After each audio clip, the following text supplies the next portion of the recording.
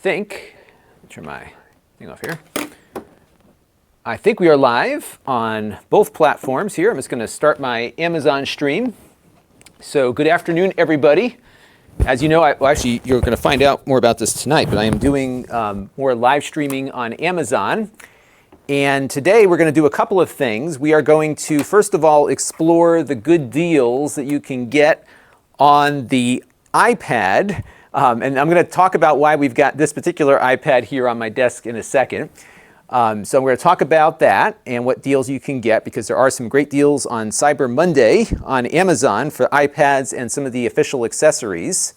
And this is what your iPad will look like after 6 months. And we're going to talk about what you can do with a low-cost iPad. And I think what I might do in the course of this live stream is actually record a video with a little update as to how we're using these low-cost iPads with my kids and everything. So that is one thing we're going to do. The other thing we're going to do is unbox. I got it over here. Let me go grab it. We're going to unbox 3 different things, but I think the one that you all might find the most of interest, let me get these things over here, is going to be the DJI Mavic Mini that just came in like 2 minutes ago. And we're going to unbox this. And then when the weather clears up here, I'll fly it around. But right now it is like about to snow. I think it's kind of snowing out there. Some nasty weather here where I live. So we'll be doing all of that. So that is the game plan for this afternoon. And I'll stick around probably for about an hour and a half, I think is what we're looking at. So we'll be doing that. And I've got some folks popping in to chat real quick I wanted to say hello to. And what we'll do here is we'll kind of, I'm going to shoot a video while we're doing this, so it's going to look a little weird. You might hear me repeating myself occasionally. And then what we'll do also is record a couple of unboxings at the same time. So that is the process. So this will be a combo live stream and production day here. And we've got a bunch of folks here from, so let's see who we got here. We got Kevin Crawford, Al Trucker, Marky from Ireland. Hello. I was in Ireland very briefly on my trip to IFA. So we have a great non-stop flight from Hartford, Connecticut to Ireland, to Dublin. It leaves once a day. And we went from here to Dublin and then from Dublin to Germany. And what was nice about the return trip is that there is a U.S. immigration station in Dublin. So you could basically get checked in Ireland, and then when you get home to Connecticut, where I live, you just walk off the plane and you're home. It was good stuff. So we have Atlanta, Georgia, Houston, Texas, Philadelphia, Ottawa, Ontario. We've got a lot of folks here. Los Angeles. So international audience this afternoon. Davis, California. And for all of you just tuning in, we're going to talk about low-cost iPads first. This is my daughter's iPad. And I've got to get through this portion of the stream before 3:30 because she's at school right now, and when she comes back, she's going to want her iPad back. So we got to talk quick. And the other kid has the iPad upstairs right now. We also have so Jimmy from Davis, California. We've got Rajan from the Netherlands. Rajan, welcome. Florida, nice and warm. I'll be going to Florida soon, Jose. So I'm looking forward to that. UC Davis. Oh, somebody's asking if he was from UC Davis. All right, let me get going here so that we don't lose our time window on the iPad before my kid gets home. And the weekly wrap-up is already done, so we're going to upload that after the stream is over. Given my internet challenges here, I cannot upload a video while I live stream, or both fail. So be aware of that. And Caesar is from the Bronx, New York. Awesome. We got so many great folks popping in here. So let me start off here with the iPad, and I'll tell you what we're going to do with the iPad. So today on Amazon, if you are watching the Amazon stream, I just put up the deal. So the deal on Amazon is you can get not this iPad, but the new one, the 10.2 for $249. That's what I paid for this one, the 6th gen, a couple of months ago. Now, we reviewed the 10.2 previously. What you can do with the 10.2 is that you have, of course, a larger screen. It has the plugs for the Apple keyboard cover, so it kind of works like an iPad Pro in that regard. It also has a little more RAM, but the chip inside of the new 10.2 is essentially the same as this 9.7 from a few months ago. So from a performance standpoint, all the stuff you're going to see out of this is the same as what you'll get out of that new iPad. But it's good to kind of show you what an iPad looks like after your kids have it for 6 months. And I think that's important. And we're also going to talk about the case that I chose. And I kind of just chose the case that I found, and it turned out to be a really good case. We're going to talk about the case we're using here because it has survived my children for the last 2 months. And actually, that reminds me, I want to get something to show when we get to the case discussion, because I have my other iPad here, the one that my kid was using prior, just to show you what your iPad sometimes will look like after a long duration. And it was funny because I had bought these OtterBox cases, and this is not like some demo here. I'm not getting paid to hawk this stuff. This is stuff that I bought. This is my daughter's old iPad. Look at that.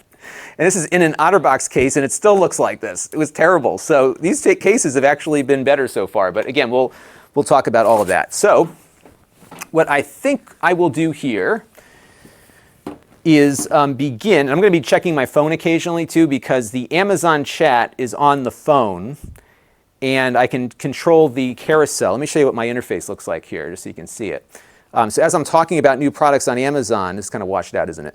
I can change the product that I'm focusing on, and the people that are watching on Amazon will actually see the thing update as we go here. It's pretty cool. So that is that. Okay, so for those of you watching the stream, this is the iPad 9.7 here, and we're going to talk about what we're doing with it and kind of give a long-term update. And I'm trying to remember, let me see when I did my video on these, because I bought these like right at the end of the life cycle of the 6th gen. And I want to be able to say like what the length of time has been here. So let me take a look here and see what it is. And check out my new overhead shot. I just love this overhead thing. Isn't this cool? So that is what it looks like. Now, I do not put stickers. This is not my iPad. This is my daughter's iPad. So that's why we have LOL surprise dolls all over it. She loves those LOLs. And you can see that's what it looks like. Let me just see when I did that video. It must probably been about 3 months ago. Let's take a look. So I looked at those. Let me just finish searching here. I looked at those. Let's see, iPad. Okay, so we did this back in June. So that was June, and now it is December. So it's about 6 months ago. So this is good. Okay. All right. So let me start off the recording. And like I said, I'll keep an eye on the chat and see how things are going. Thank you for the kind words, Jerome. Very much appreciated. I think my eyes are starting to go. I have to look closer at my screen now. This is like I'm like a real middle-aged person now. It's kind of scary. Okay, here we go. 3, 2, 1. Hey everybody, it's Lon.TV, and I thought I would do an update on my daughter's iPad. Now, if you might remember, start again. See, this is how I do things. I do things over and over again until I'm happy with it. So let me start off one more time here. And by the way, now I got like 74 people watching me do this live, and an untold number who are probably watching on Amazon. So you have that kind of thing. Shazad wants to know, what type of smart wallet for men would I recommend? You know, I don't have a smart wallet. In fact, I don't even have a wallet. I just have a wad of credit cards and cash in my pocket. So perhaps if anyone's watching on Amazon, maybe provide Shazad and me some recommendations, because I could use some advice in that area too. All right, let's start off the recording again. 3, 2, 1.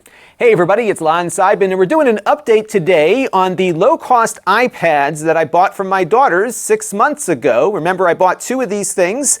They were on sale for $250, and I'm recording this on Cyber Monday, and today there are new iPads, the 10.2s that we reviewed a few months ago, that are now selling for that same $249 price. So what I thought I would do in this video is give you like a 6-month later kind of look at this stuff to see, first of all, what condition the iPad is in, and also show you what my daughters have been doing with their iPads, and give you some recommendations on cases and accessories as well. I'm going to try not to repeat anything that we did in the prior videos. So what I'm going to do in this video is give you in the video description a playlist of the review of this 6th gen iPad a review of the newer 7th generation iPad that sells for about the same price, along with the pencil options that we looked at before as well. This is really going to be an update of how things are going since those videos were made. Now, I do want to let you know, in the interest of full disclosure, that everything in this video I paid for with my own funds: the iPads, the cases, and the 2 styluses that we'll be talking about. All of the opinions you're about to hear are my own. Nobody is paying for this review, nor is anyone reviewing or approving what you're about to see before it was uploaded. So let's get into it now and see how this iPad is looking 6 months later. All right, so that was our first take, or our third, and it seems to work. Now what I do, and I can't show you this because my, give me a second here. Sometimes my TriCaster gets a little caught up here when it's doing too many things at once. So let's let this filter out here. Give me a second. I might be glitching a little bit. It should be okay. There we go. All right, so we're going to do this one. I'm just going to rename this file. All right, and I think we're good. Now what I'd like to do is play these back just to make sure things are good. So I'm going to shut off my mic here for a second, and I'm going to pull up my recording thing here, and we're going to play it back. 3, 2, 1.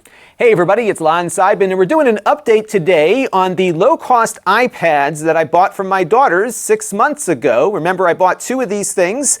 They were on sale for $250, and I'm recording this on Cyber Monday, and today there are new iPads, the 10.2s that we reviewed a few months ago, that are now selling for that same $249 price. So what I thought I would do in this video is give you like a 6-month later kind of look at this stuff to see, first of all, what condition the iPad is in, and also show you what my daughters have been doing with their iPads, and give you some recommendations on cases and accessories as well. I'm going to try not to repeat anything that we did in the prior videos, so what I'm going to do in this video is give you, in the video description, a playlist of the review of this 6th gen iPad, a review of the newer 7th generation iPad that sells for about the same price, along with the pencil options that we looked at before as well. This is really going to be an update of how things are going since those videos were made. Now, I do want to let you know, in the interest of full disclosure, that everything in this video I paid for with my own funds: the iPads, the cases, and the 2 styluses that we'll be talking about.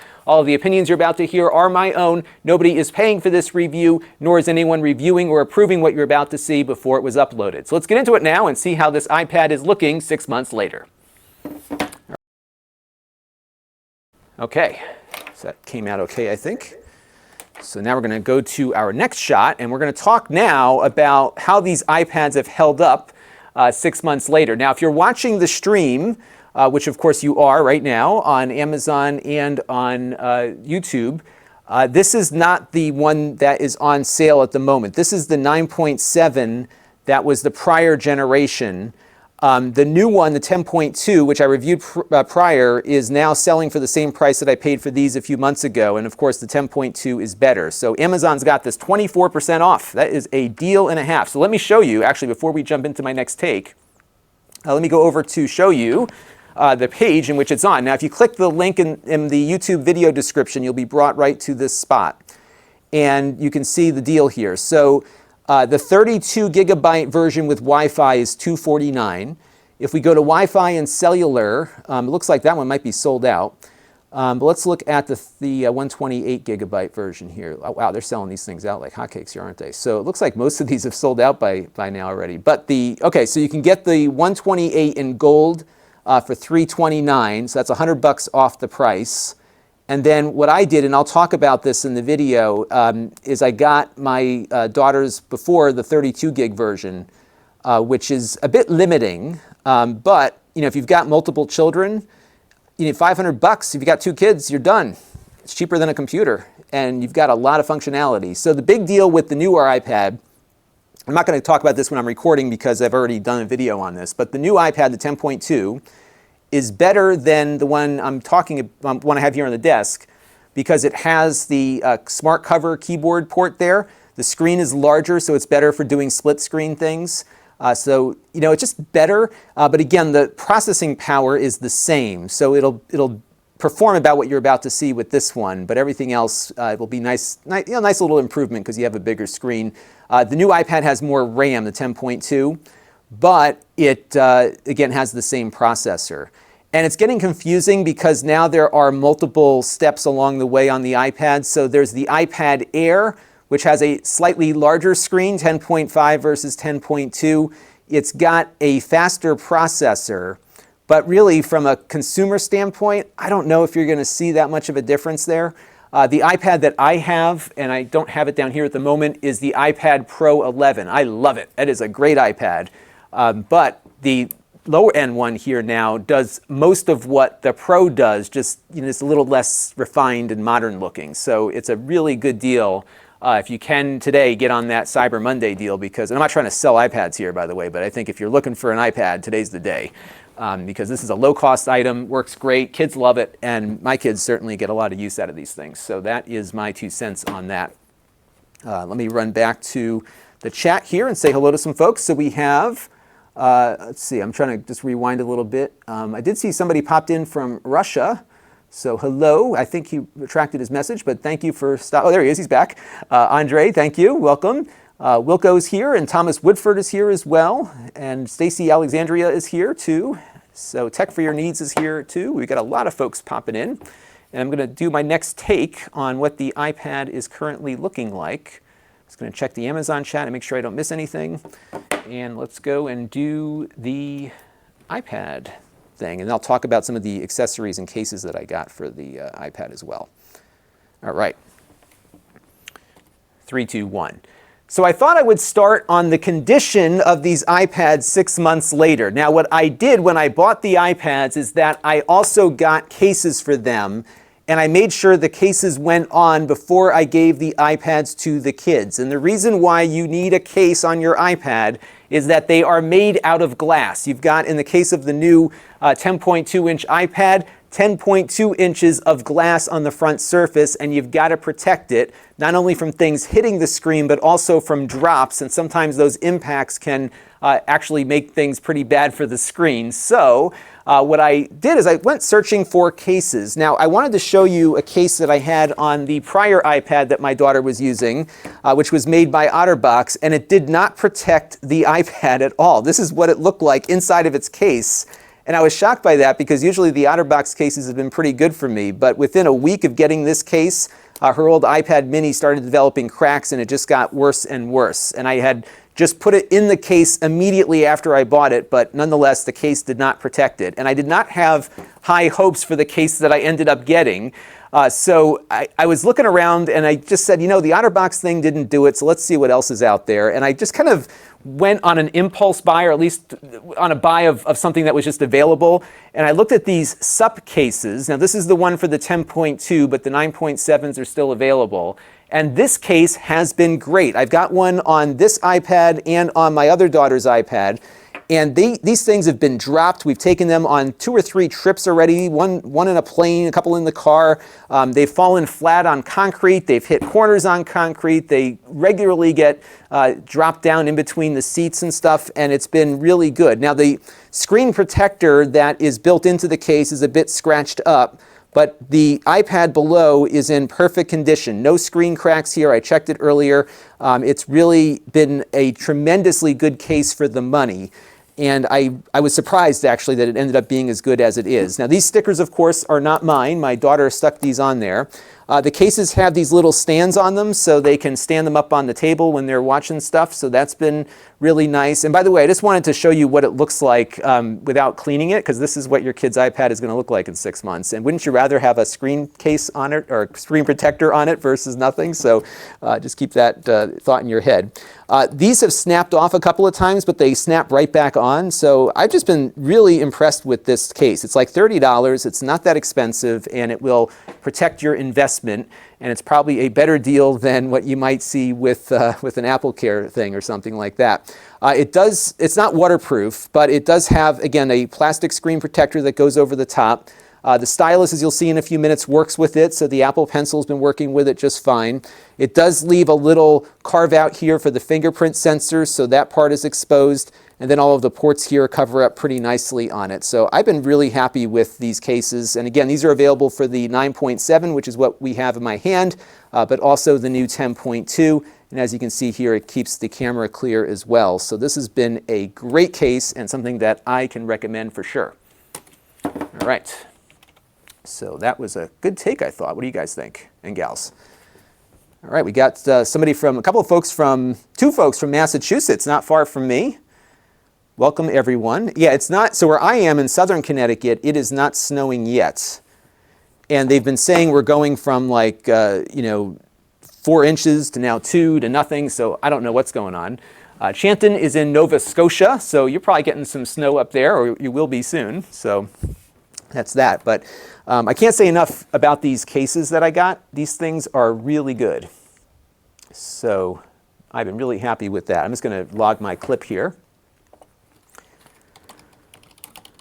And I'm just trying to remember where I left things. I'm just going to play back the end portion of that clip just so I can see where to pick up the next part. So hang on 1 second, folks. So I've been really happy with these cases. And again, these are available for the 9.7, which is what we have in my hand, but also the new 10.2. And as you can see here, it keeps the camera clear as well. So this has been a great case and something that I can recommend for sure. And you know what? I just want to listen to the intro again just to make sure that I mention that this is the 9.7 and not the 10.2. So bear with me for 1 second, folks. 3, 2, 1. Hey everybody, it's Lon.TV, and we're doing an update today on the low-cost iPads that I bought from my daughters 6 months ago. Remember, I bought 2 of these things. They were on sale for $250, and I'm recording this on Cyber Monday, and today there are new iPads, the 10.2s that we reviewed a few months ago, that are now selling for that same $249 price. So what I thought I would do in this video is give you like a 6-month later kind of. All right, good. So we are good there. And let's cut back to 2, and I just want to go over to the end of this clip and to see where I last left off. Get into it now and see how this iPad is looking 6 months. Wrong clip. 3 we have in my hand, but also the new 10.2. And as you can see here, it keeps the camera clear as well. So this has been a great case and something that I can recommend for sure. Okay, so we're going to pick up the shot on me.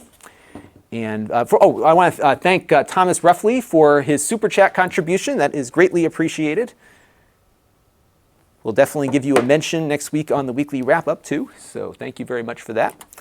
And we ended on the iPad. So I think what I'm going to do next here is probably go to what the kids have been doing with it. Usually I write an outline down when I do these videos, and I'm just trying to think about all the things that I wanted to talk about. You know what I think what I'm going to talk about is memory choice next, because that's an area. So if we go back and look at what's available, so your choice on the low-end iPad is you can get the 32 or the 128, but there's like nothing in between. And I think the iPad Air starts at 64, so there's a little bit more available there. So I think what I'll do next is hook the iPad up to the screen here and kind of show where the memory is at with what we have for apps installed, because I think that will be helpful for folks.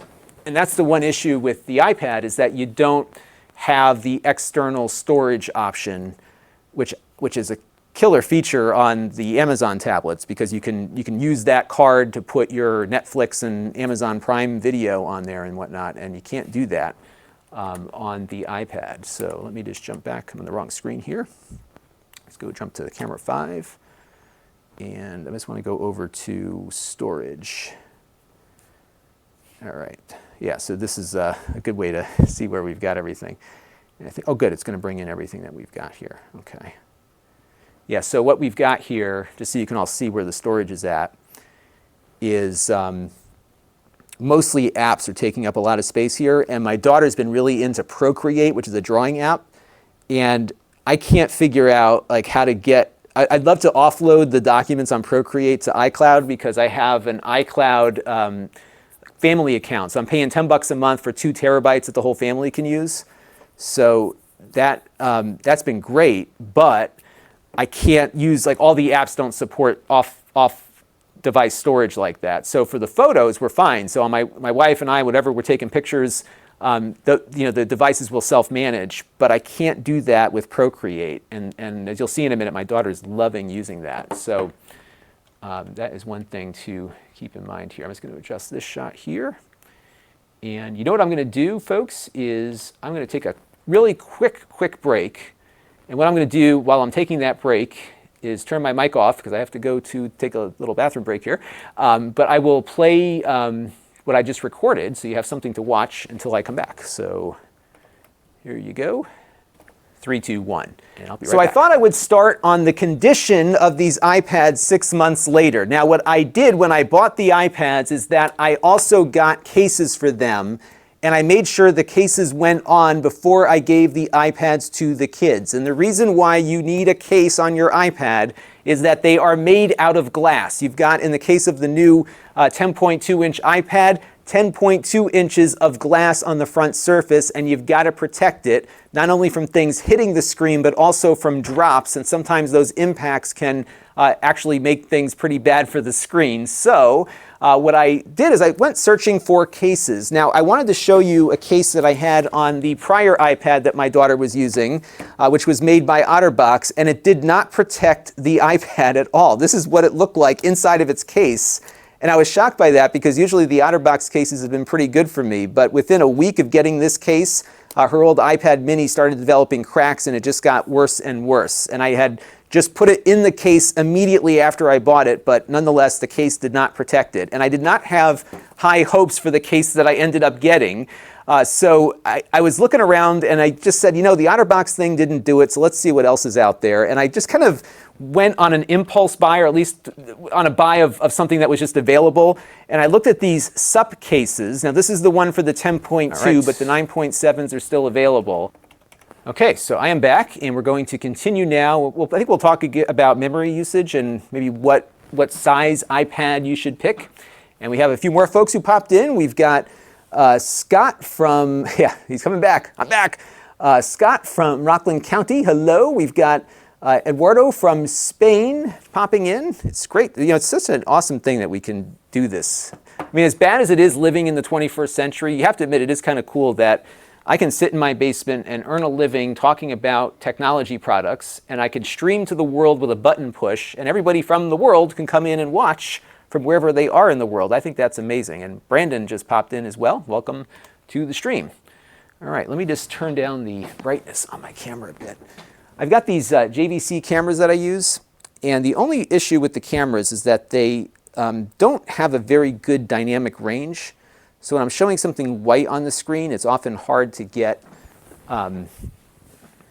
things looking right. And I hate to do this because I know you want to see the memory usage, but I just want to make sure that I talked about the clip. Yeah, I did. Okay.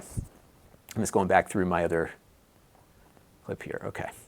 Just want to make sure I covered everything about the case in that last clip. So that is definitely what I want to do. Let's see. Oh, we got some more folks here. Fernie, 115, wants to know my thoughts on the iPhone 11 and what case do you use? Oh, you know what? I just did a whole bunch of, if you go on the Extras channel, I've got a couple of case reviews. The one I'm using right now is this one from Catalyst, and it's pretty good. It has this dial here to turn the silent mode on and off, and it's been pretty good. I've dropped the phone a couple of times, and it's been holding up quite well. So check that one out. I did a review of some other ones too, with some OtterBox cases. So there is some stuff there. Hikaru-san from Brazil, welcome. Flood of Sins, hello. And Eric Bazinga, all the regulars are here too. This is great. Usually during the day it's hard to get a lot of traffic on a stream, but it looks like all my friends are here, which is great. All right, so where we left off on the last clip was with the iPad there. And now we're going to come back on me, and I'm going to talk about memory and what is using up space on the iPad. Yeah, so I'm really constrained on this iPad. And I'll show you some reasons why as to that is the case. All right, here we go. 3, 2, 1. 3, 2, 1. Now the low price, 3, 2, 1. Now the low-cost iPad will get you only 32 gigabytes of storage, and that can be very constraining. Now that's what I chose for the iPads for my kids, And I'm kind of wishing I went with the 128 gigabyte version, and you'll see why here in a second. We're going to switch over to my screen so I can show you exactly what's taking up room on this iPad. So what we've got right now is 32 gigs available, or at least were available. Let me start that again. All right, let's take another take here. Of course you're our friend, Eric. You know, we're going to have that multiplayer VR thing at some point again. It'll be kind of fun. 3, 2, 1. One more time. 3, 2, 1. Now, when I bought these iPads, I went with the 32 gigabyte versions because they were the least expensive, and I'm beginning to feel like I probably should have had a little bit more storage available. 3, 2, 1. Now, when I bought these iPads, I went with the 32 gigabyte version, and I'm kind of wishing I went with a little bit more storage space. Now, this iPad is being used by my 6-year-old daughter. She's got a lot of different things that she's doing with her iPad, and as you see here, let me get a closer view, we're using up a lot of that storage space. So we have a 32 gig iPad. We're using 30 gigs of that right now. I'm going to start going back through some of the apps here and taking things off. The one thing that's consuming a lot of storage right now is the YouTube Kids app. She loves to watch YouTube. I've been, monitoring it very closely, and there's a lot of good stuff on YouTube Kids. And what it does when you're a YouTube Premium subscriber is that it gets rid of all the ads, but it also has a download thing that will make videos available for offline viewing. But it does this without the user's intervention. It downloads stuff that it thinks the kid might want to watch, and you can't control it. You can't stop it. You can't do anything. It just downloads stuff. I believe you could turn off the whole feature, but then when the kid gets in the car, they can't watch anything. So it's 6 of one, half dozen of the other there. But that is taking up about 7 gigs on this iPad.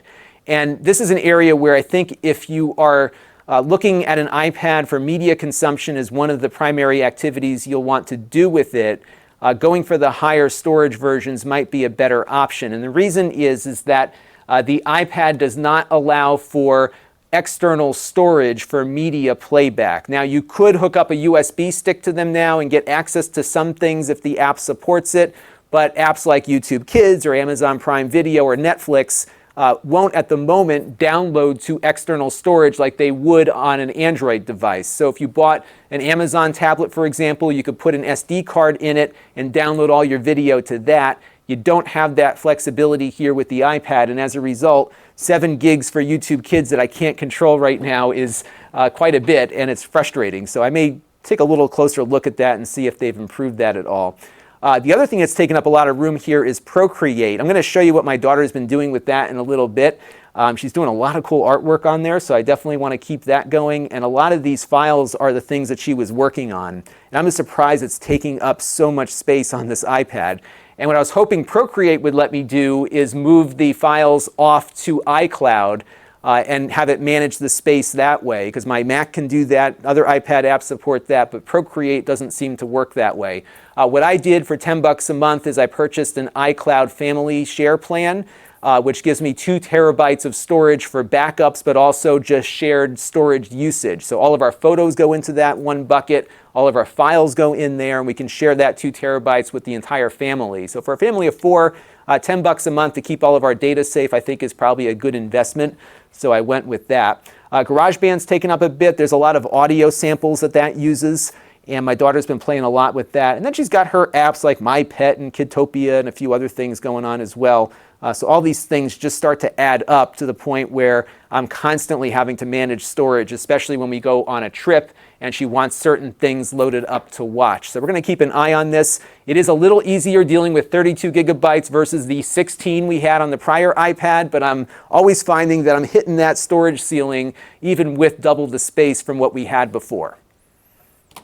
All right, how did that go, everybody? I'm trying not to ramble too much because this is going to be a recorded video that we're going to upload later. Chris is from Manitoba. Hello. Thank you for stopping by the stream. It's been kind of funny. I started doing this Amazon streaming stuff, and it's been really fun to involve the YouTube channel with it because, I work on videos all day long, and it's kind of fun just to bring you all into the production process. So it's not like I'm doing things with spoilers, right? I'm talking about technology and stuff, so no storytelling going on here. Let me just finish my logging of the clip here. All right. And I think what I might do is just play this back for you all. Just so you know, what I do is I record and then I play back just to make sure we didn't have any audio glitches as things were going. So let me just, look at that face. There we go. 3, 2, 1. Now, when I bought these iPads, I went with the 32 gigabyte version, and I'm kind of wishing I went with a little bit more storage space. Now, this iPad is being used by my 6-year-old daughter. She's got a lot of different things that she's doing with her iPad, and as you see here, let me get a closer view, we're using up a lot of that storage space. So we have a 32 gig iPad. We're using 30 gigs of that right now. I'm going to start going back through some of the apps here and taking things off. The one thing that's consuming a lot of storage right now is the YouTube Kids app. She loves to watch YouTube. I've been, monitoring it very closely, and there's a lot of good stuff on YouTube Kids. And what it does when you're a YouTube Premium subscriber is that it gets rid of all the ads, but it also has a download thing that will make videos available for offline viewing. But it does this without the user's intervention. It downloads stuff that it thinks the kid might want to watch, and you can't control it. You can't stop it. You can't do anything. It just downloads stuff. I believe you could turn off the whole feature, but then when the kid gets in the car, they can't watch anything. So it's 6 of one, half dozen of the other there. But that is taking up about 7 gigs on this iPad. And this is an area where I think if you are looking at an iPad for media consumption as one of the primary activities you'll want to do with it, going for the higher storage versions might be a better option. And the reason is that the iPad does not allow for external storage for media playback. Now, you could hook up a USB stick to them now and get access to some things if the app supports it, but apps like YouTube Kids or Amazon Prime Video or Netflix won't at the moment download to external storage like they would on an Android device. So if you bought an Amazon tablet, for example, you could put an SD card in it and download all your video to that. You don't have that flexibility here with the iPad, and as a result, 7 gigs for YouTube Kids that I can't control right now is quite a bit, and it's frustrating. So I may take a little closer look at that and see if they've improved that at all. The other thing that's taken up a lot of room here is Procreate. I'm going to show you what my daughter's been doing with that in a little bit.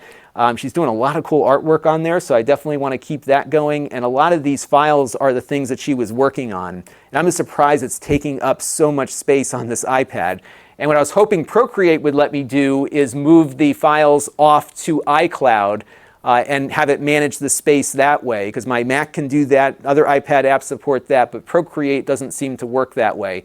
What I did for $10 a month is I purchased an iCloud family share plan, which gives me 2 terabytes of storage for backups, but also just shared storage usage. So all of our photos go into that one bucket, all of our files go in there, and we can share that 2 terabytes with the entire family. So for a family of 4, $10 a month to keep all of our data safe, I think is probably a good investment.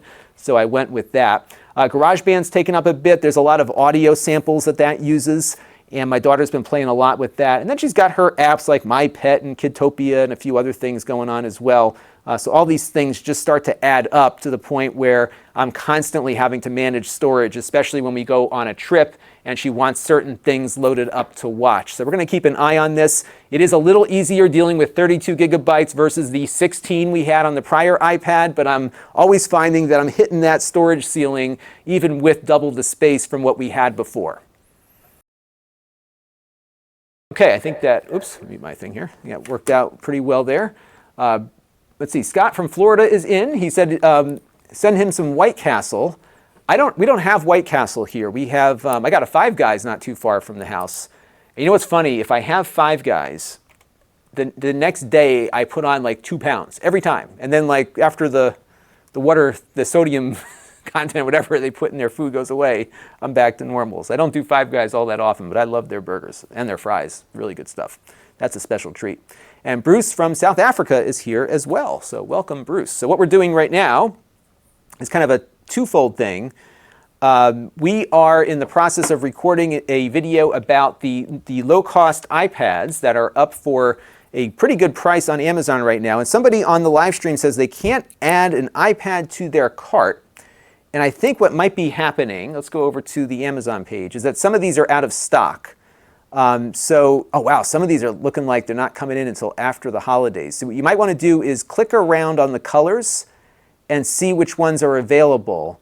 But it looks like right now the space gray one is the one that you can get. So if you're having trouble, go and just kind of look at the different colors and see which one has stock, because at this price I can see why they're selling out pretty quickly.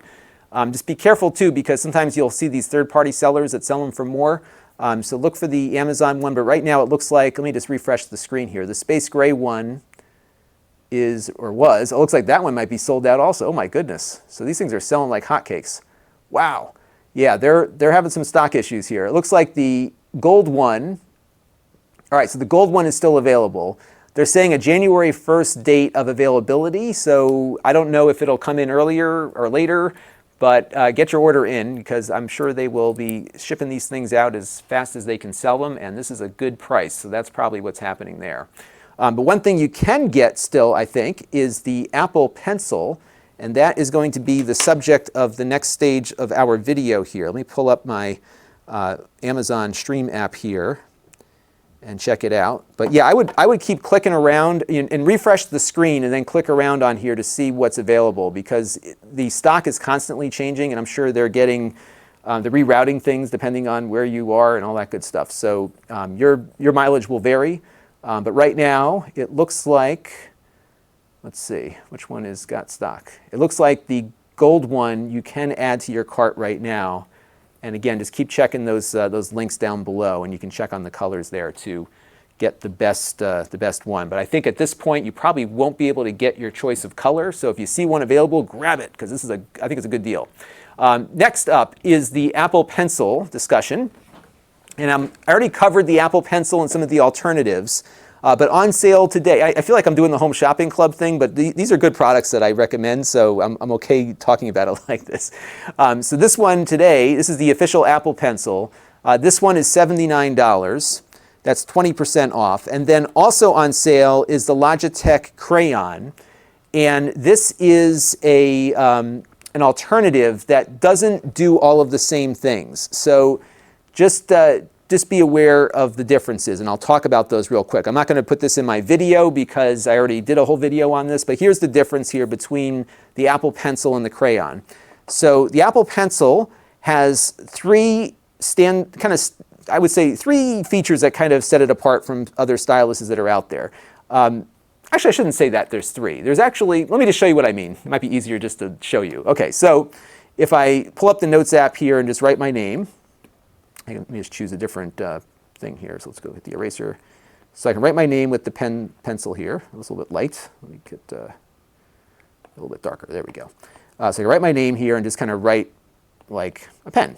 Good stuff. Now what's great about the Apple Pencil is that the latency is like next to nothing on this thing. It's just so fast and responsive, and I have yet to find a better stylus on the market than what Apple's done with the Pencil. It's just so good, and there's a lot of different neat things you can do with it. So you can write with it, low latency, works great. Now, the other thing that the Apple Pencil does is that it can detect how much pressure you're putting on the screen. So if I put a light amount of pressure down, that's the line, and if I push it down harder, it gets darker. And so I don't know how many different ranges it can detect, but a lot of friends of mine that do a lot of artwork are telling me that it is just almost as good as a real pen. It's that good. So again, you can do really light stuff or push down really hard and get a darker line there. The other thing that the Apple Pencil does is it can detect an edge. So if I'm drawing a line like this, you can see it looks that way. But watch this. As I push the pen down, I can kind of do a thicker line here. And then there's some degree, see that? So even if I'm not fully diagonal here, I can get a thicker line just by adjusting the angle of the pen here as I write. And that is a neat feature. So those are the kind of the three main things. You can write with it, you got pressure detection, and then edge detection. The Logitech Crayon is today on sale, I think for like $50, which is a pretty good price for an alternative. It looks kind of like a carpenter pencil, so it's not as round, but it won't roll around on the table. But it lacks the pressure sensitivity, so it does the edge detection, but it doesn't detect how hard you're writing. So for a smaller kid, this might be the better option just because it's less expensive. This is my 3-year-old uses this, and she's happy with it. And it's also easier for her to hold right now too, because it's got a nice flat surface to it. But again, you don't get the pressure sensitivity. So I think if you are looking for something to draw with, the Apple Pencil is really the best option, and it's right now $30 more. Normally the Apple Pencil is $100. Today it's $79. The crayon here is usually $70, and today it's $50. And the crayon's a great note-taking thing, so if you're doing a lot of notes and that's all you intend to do, then I think the crayon would be more than adequate. So keep that in mind. Patrick Chang wants to know if the crayon supports hand rejection, and it does. I have to pair it up and then unpair the Apple Pencil to make all this work, but yeah, it works actually exactly like the Apple Pencil does, so you get all of the features of the Apple Pencil, and that works just fine. And again, the only thing it doesn't do is the pressure sensitivity, but if you go and check out my review that I did of the crayon, you'll see exactly how it works. It is really, in my opinion, just as good as the Apple Pencil, just for the fact that it doesn't have the pressure sensitivity on it. There's another alternative that I reviewed called the Adenit Note. That one sells for $49 normally, and right now I would say the Adenit Note is fine, but I think the crayon is a little better because the Note doesn't support the angle detection that the crayon supports. So I would say for $50, if I had to choose between the Adenit and the crayon, I would go with the crayon just because it has one more feature that the Adenit Note does not have. So that is my take on that. And let me see if there's any more questions before we start this next take. So let me just see where I ended the last portion there. Okay, good. So we're going to go now to pull up. Yeah, so Patrick is talking about the using a generic stylus. The generic styluses have never been good, in my opinion, and the Apple Pencil stuff works a lot better. So you want to find one that works with the Apple Pencil technology, and the Adenit Note, the crayon, and the Apple Pencil are the three that I would recommend. And right now, you got to, if you can afford the $79, I think the Apple Pencil is the best one to get. And you got to make sure you get the right one, because there's an Apple Pencil 2.0 that doesn't work with the low-end iPad. So the low-end iPads work with the original version 1 Apple Pencil. So they're making two different pencils. And I can guarantee you that there are people out there buying the wrong pencil for their device. So keep that in mind. Now, one other thing, though, is that the Apple Pencil 1.0, this does not work on the iPad Pro, the new iPad Pro. So the 11-inch and the 12.9 or whatever. If you buy the iPad Pro, the new one now, this doesn't work with it. Only the version 2 pencil does. But the Logitech Crayon works with any iPad that supports the Apple Pencil. So you can use this on the new iPad Pro for less money, but you can't use this one on the iPad Pro. Very confusing stuff. Hopefully that all makes sense. So let's move on now to my next take here, and we're going to look at what my daughter has been doing with Procreate. And let me start off on here. Let's see what we have on screen. I'm just trying to figure out the best way to start this shot. So we ended my last shot with me in the frame, so I never like to do jump cuts on the channel. So I think what I'll do is maybe start off on this camera, and then we'll go to camera 4, which is the overhead view. This is my new overhead view, which I am loving. It adds so much flexibility to my workflow. It's been great. Okay, so let me start off here. And let me check my chat rooms real quick. I have to monitor 2 different chat rooms here to make all this stuff work, because we are live streaming both here and on Amazon. So David and Heather Hanks, I don't know when they asked this, but they said the first gen Apple Pen is compatible with the 10.2-inch iPad. Yes. So yes, I should have mentioned that. So yeah, the first gen pencil, which I have currently highlighted, works with the 10.2.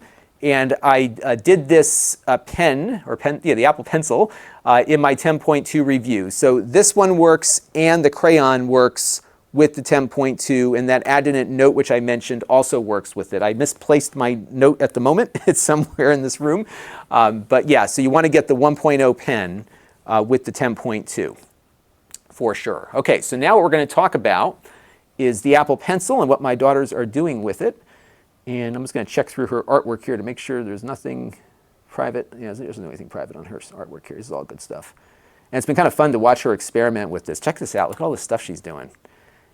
And she's so quiet, like when she's working on her iPad, like she's, isn't this cool stuff?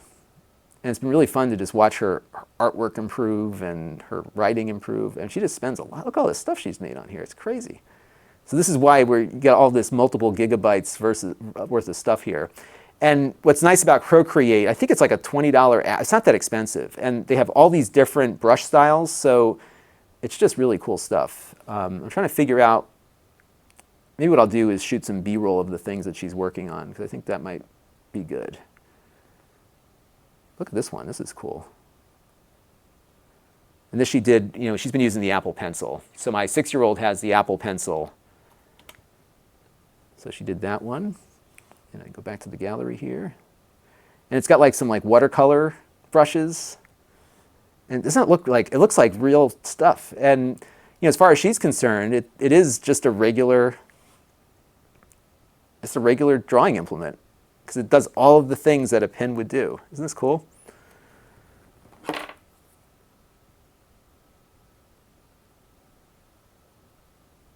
So neat stuff. All right, so let's get this take going here. All right, let me back out of here, and we'll go to camera 2 and get camera 4 queued up. All right, and I think what I might do is start off on notes, and yeah, that's what we're going to do it. Okay, here we go.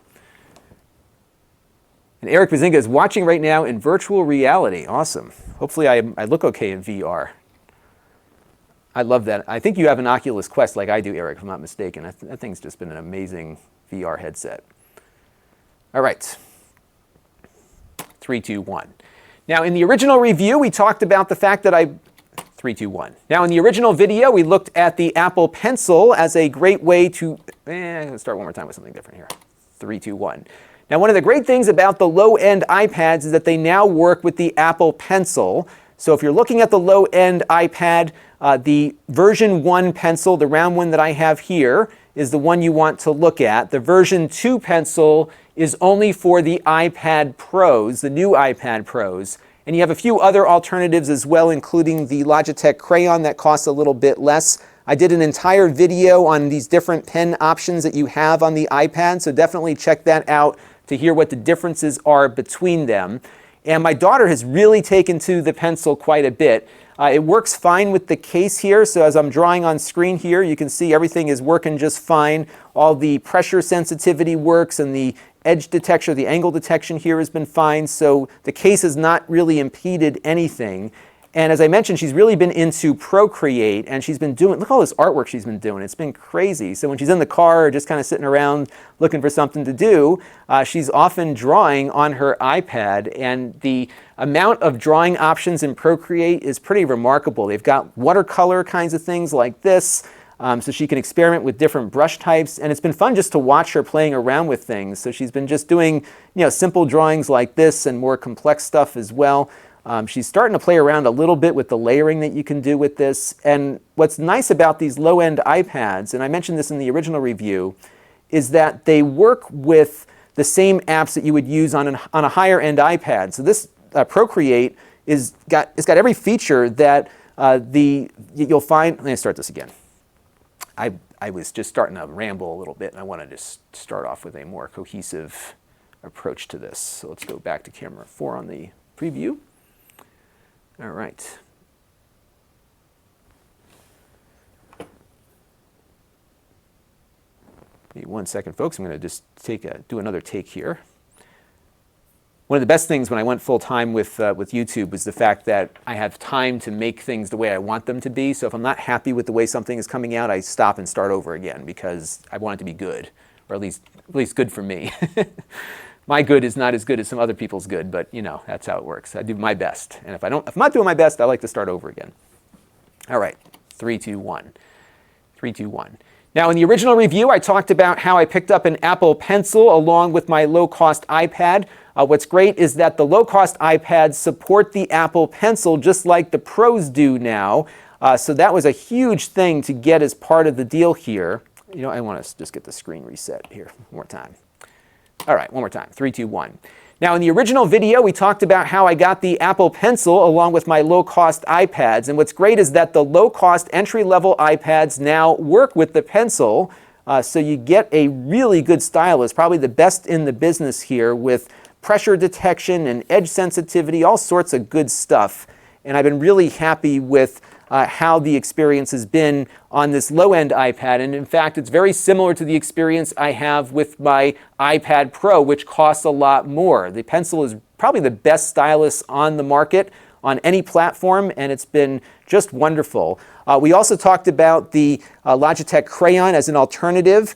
I got this one for my 3-year-old, and she's been having a good time with that. What I would do, though, is check out the video I did on Apple Pencil alternatives, because there are other options that don't cost as much as the Apple offering, and that video really covers the entire scope of what you can do with the stylus. And I put Procreate on this iPad. We were talking about that when we were looking at the available space left on my device here. And this has been a great app for my daughter. This is a really high-end drawing app that originally was designed for the iPad Pro, but it works just fine on these low-end iPads too, and every feature is here.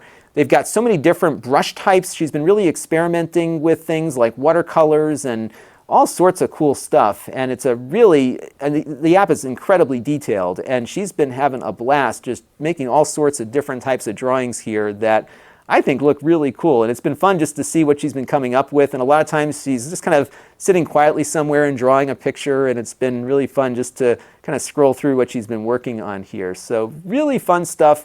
For her, it's great because it's really the same experience you would have with a pen and paper, including all the pressure detection and everything else. And this has been a really unexpectedly fun thing that she's been using the iPad with. Let me start. I'm going to figure if I can salvage any part of that clip here. Kind of go from there. Give me 1 second here. Let's do. I just want to pull up what we did here. And this is going to be Apple Pencil. And I'm just going to play part of this back. All right, one more time. 3, 2, 1. I think I'm pretty good. Now, in the original video, we talked about how I got the Apple Pencil along with my low-cost iPads. And what's great is that the low-cost entry-level iPads now work with the Pencil. So you get a really good stylus, probably the best in the business here, with pressure detection and edge sensitivity, all sorts of good stuff. And I've been really happy with how the experience has been on this low-end iPad. And in fact, it's very similar to the experience I have with my iPad Pro, which costs a lot more. The Pencil is probably the best stylus on the market on any platform, and it's been just wonderful. We also talked about the Logitech Crayon as an alternative. I got this one for my 3-year-old, and she's been having a good time with that. What I would do, though, is check out the video I did on Apple Pencil alternatives, because there are other options that don't cost as much as the Apple offering, and that video really covers the entire scope of what you can do with the stylus. And I put Procreate on this iPad. We were talking about that when we were looking at the available space left on my device here. And this has been a great app for my daughter. This is a really high-end drawing app that originally was designed for the iPad Pro, but it works just fine on these low-end iPads too, and every feature is here. They've got so many different brush types. She's been really experimenting with things like watercolors and all sorts of cool stuff, and it's a really, and the app is incredibly detailed, and she's been having a blast just making all sorts of different types of drawings here that I think look really cool. And it's been fun just to see what she's been coming up with, and a lot of times she's just kind of sitting quietly somewhere and drawing a picture, and it's been really fun just to kind of scroll through what she's been working on here. So really fun stuff. For her, it's great because it's really the same experience you would have with a pen and paper, including all the pressure detection and everything else. And this has been a really unexpectedly same experience you would have with a pen and paper, including all the pressure detection and everything else. And this has been a. I know we're going to cut that now, so let's cut this at. Bear with me for 1 second, folks. I'm just going to make a note.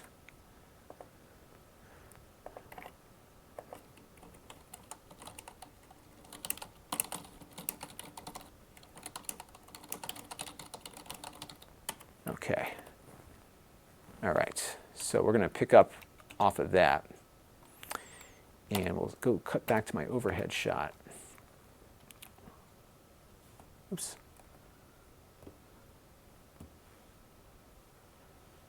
All right. And let me just go, there we go.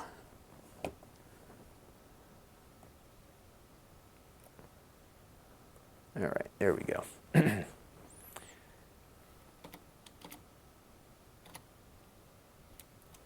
3, 2, 1. And it's been an unexpected surprise to see how much use we're getting out of this pencil and the Procreate app. Really good stuff, and I think this app will kind of grow with her because there's so much depth that she hasn't uncovered with it yet. Another fun one that she's been playing around with is called Joy Doodle. This one I have to reorient the screen here, so I'll just pull it up on my other view. And this is a much more simpler drawing app, but it does these really cool neon effects, and you can do a lot of fun drawings with this as well. And this is like a $2 or $3 app or something. It wasn't all that expensive. So you can see some of the stuff she's doing here. So really fun apps that make use of the Apple Pencil or some of the alternatives that we covered in that other video. All right, that was a good end of that take, I think. Let me know what you all thought of that. So Aaron Moskowitz has the Mavic Mini, the CE version, and the iPad 10.2. So you are ahead of the game. Yeah, I don't always get things like right when everyone else does, but I also found too that sometimes the way the YouTube algorithm works is that I actually do better covering things a little bit later. So that has been my take with things. And I just want to check our Amazon chat here. So I think we've got that part covered. And my daughter is coming home in about 20 minutes, so I better finish up this iPad thing. She's going to come down here looking for that iPad. So we're going to say pencil conclusion. All right, got that done. I'm trying to think what else. I guess maybe I'll look at like a game or something. Yeah, I think I'll just do the game and kind of wrap it up from there because there's not much else to say. I mean, it's an iPad. The iPads are really good. So I think that's where we'll wrap this one. So let me look up.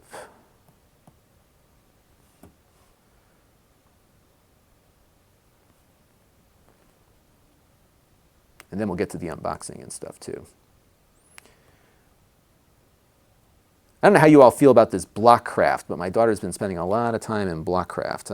I guess she makes her own little village or something, and yeah, all right. So let me just go and look at where we last cut that. All right, so I think I'm just trying to figure out how I want this video to wrap up. Yeah, I think maybe, you know, I'll definitely cover the game stuff. You know, the problem with this block craft thing is that it just like, she gets like consumed with it. So she spends a lot of time in there, and that's been bugging me. The other thing that I'm a little concerned about with block craft is that other people jump into the game, and I don't know who these people are. So that's been, you know, one area that I've been keeping a very close eye on, because I guess they can chat with people and stuff. So maybe it's either this or Roblox or something. I forgot which one it was. Maybe it is Roblox. Hello, Lord YT. Welcome to the chat. We're just wrapping up a little video that I'm doing here. Give me 1 second. I just want to check one thing on here if I can. I'm not sure what half this stuff does here. Oops, I just hit a button. I'm trying not to screw up her. Okay, I see. So she's not sharing that.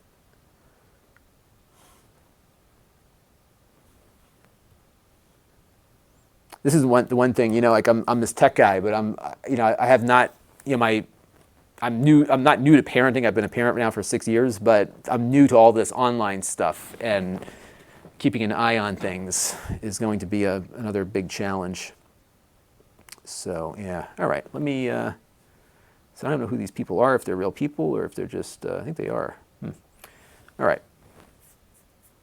I think it's important to talk about the games because I think that's something that people will be looking at these iPads for. All right, so the last clip was there, so we'll talk. All right, so let's do that, and we'll do camera 5. Okay. 3, 2, 1. 3, 2, 1. Now, one thing I'm not as crazy about are the games, but if you do have kids that want to play Minecraft or Blockcraft in this case, the good news is the games run pretty nicely on these, even though these are the low-end iPads, because the Apple processors are really good, and the apps that are written for these devices tend to target the processors at the low end of the spectrum here. So this is a really good platform for light gaming and casual gaming. Most of the mobile games that, I think I want to start this one more time. Partly because I've been using my middle finger to move the thing around. So let's start this one more time. 3, 2, 1. Now, one thing I'm not as crazy about is the fact that my daughter has started playing a few more games than she used to play. Her friends are playing at school, and this is, of course, getting her interested in playing games as well. But if you are okay with it, as I am, one more time. 3, 2, 1.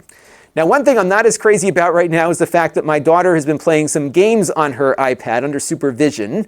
This is Blockcraft, but you get a sense as to how these types of games that kids might play will run.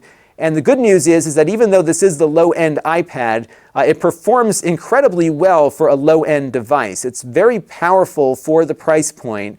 And as such, just about every game that you'll throw at this iPad will run really nicely on here, including things like Blockcraft or Minecraft or, I don't know, Roblox or half a dozen other things that she keeps asking for me to install.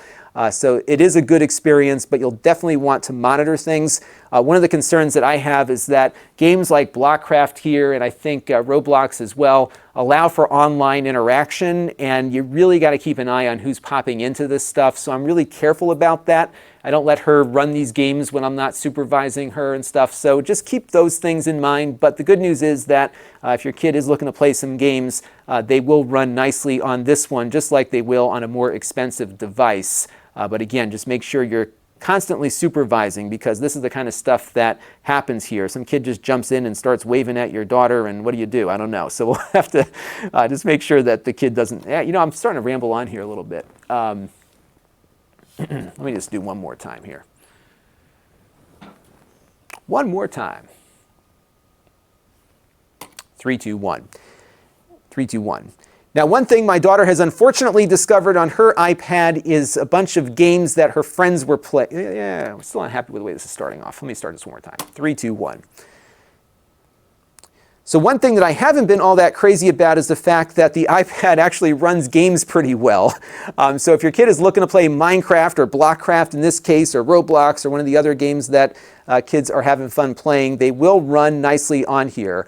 One thing I would suggest that you do is set up a family account, and that way you can monitor what's getting installed. So if my daughter finds an app that she wants to put on the device, it asks me for permission before it allows her to do anything. And I've got a password going on top of all of that. And I would strongly suggest you do that, primarily because even some of these benign games like Blockcraft are all online games, and people pop in all the time and try to talk to her and stuff. And I've gotten to the point where I just don't let her play games without direct supervision, because there's just so much stuff that can find its way into the iPad game here that is really concerning to me. So you'll definitely want to supervise as your child is playing some of these online games. But the good news is, if they're really into those games, you don't need to spend a lot on an iPad to get them to run.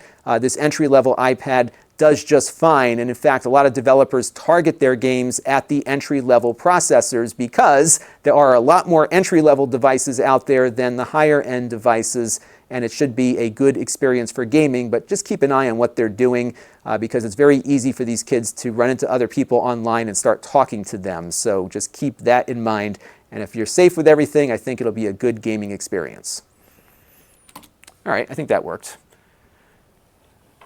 And now my daughter is home, so I've got to finish this up before she comes looking for her iPad.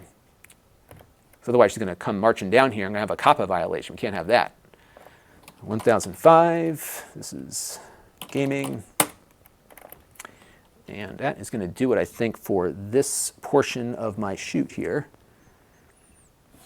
Yeah, I think Keith, my next step is Keith is asking about looking at Scratch or some of the other coding apps, and that is definitely something we're going to explore next. My daughter is 6 right now, so she's definitely of the mindset that I think she can start understanding some of these concepts. We're doing a little bit of Scratch-like programming in school right now, but I think I'm going to start pointing her in that direction next. What I got for her, I just put it in the back. I'm going to take it out a little bit later.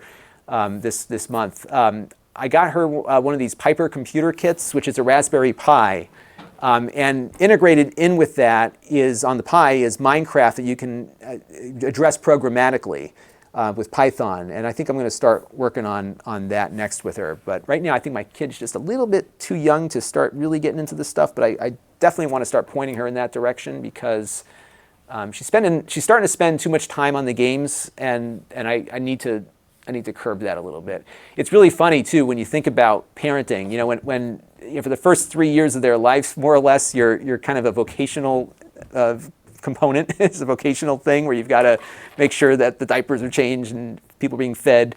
And now, as they get a little bit older, they get into school, the parenting begins, where you really have to start thinking about what kind of behaviors are you modeling for your kid, and making sure that they're not sneaking away and doing stuff they shouldn't be doing. It's pretty scary because I know how I used to play my parents all the time as a kid, and I'm just waiting for my 2 to start doing that. My oldest, I think, is going to be fine. It's the young one, my 3-year-old. She's going to do some things that are going to put more gray hair on Daddy's head, I think, as she gets older. So, all right, let us wrap this one up.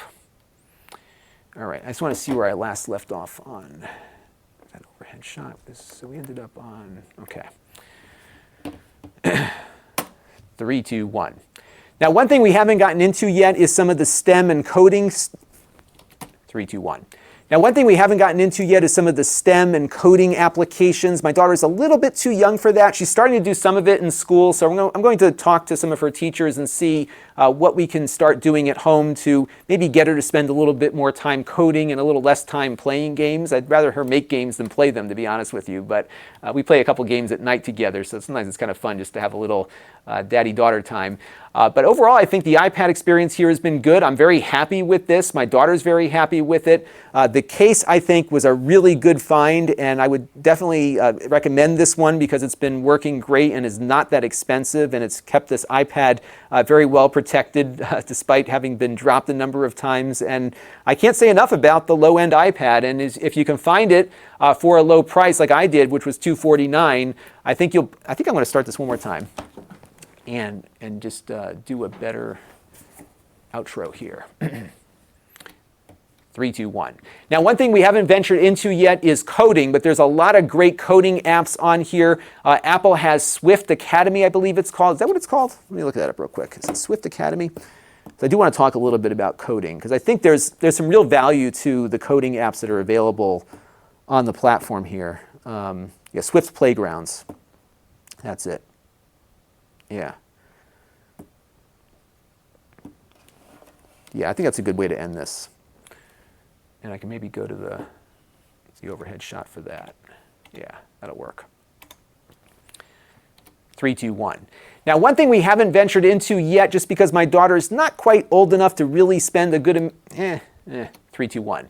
Now, one thing we haven't ventured into yet, but I plan to soon, is coding. And there's actually a lot of good coding options available on the iPad. And of course, those things will work on this low-end device.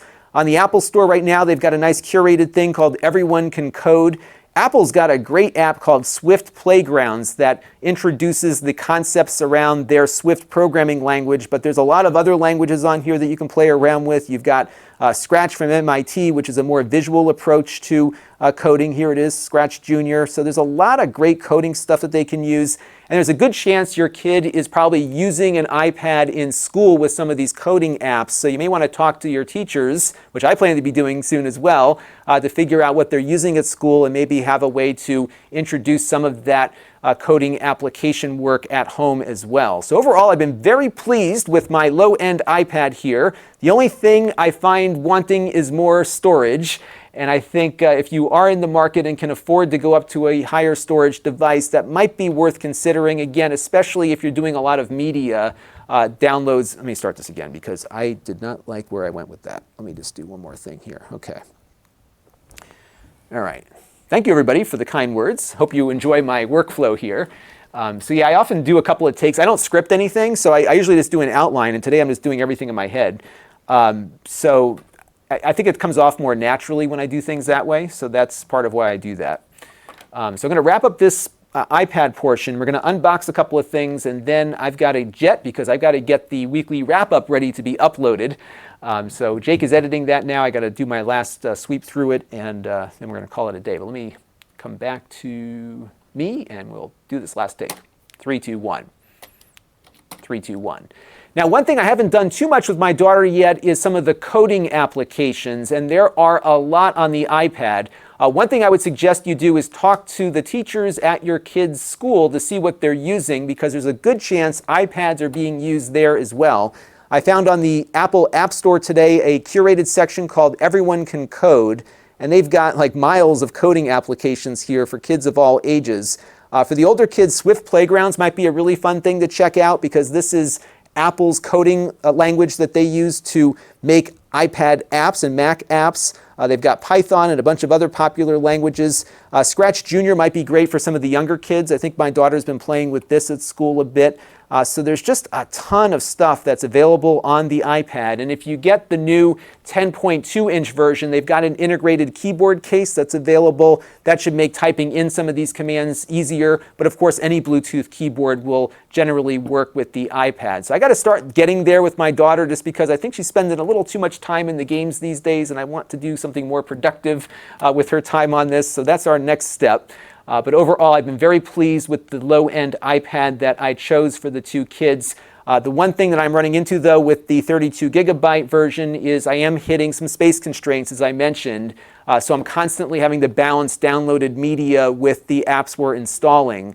So if I had to do it all over again, I probably would have went with the 128 gig version. And yes, I know it's a ripoff to have to spend all that much money just to get additional storage, but that's how Apple sells these things, and that's the trap that we all find ourselves in. But overall, you should not feel like you're compromising much by not spending a lot on your iPad.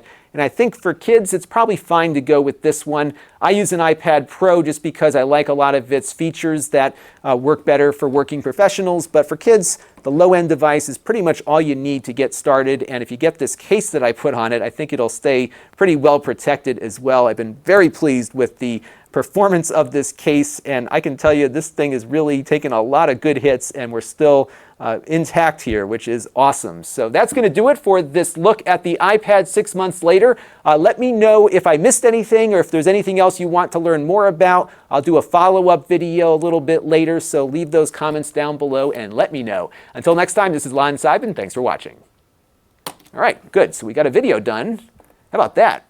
You know, it's funny, doing these live streams has actually made me more productive. I am so far ahead right now on some of my projects because I'm just, for whatever it is, I actually do better when you all are watching me. So I think there's some benefit here to doing my shoots with a live audience.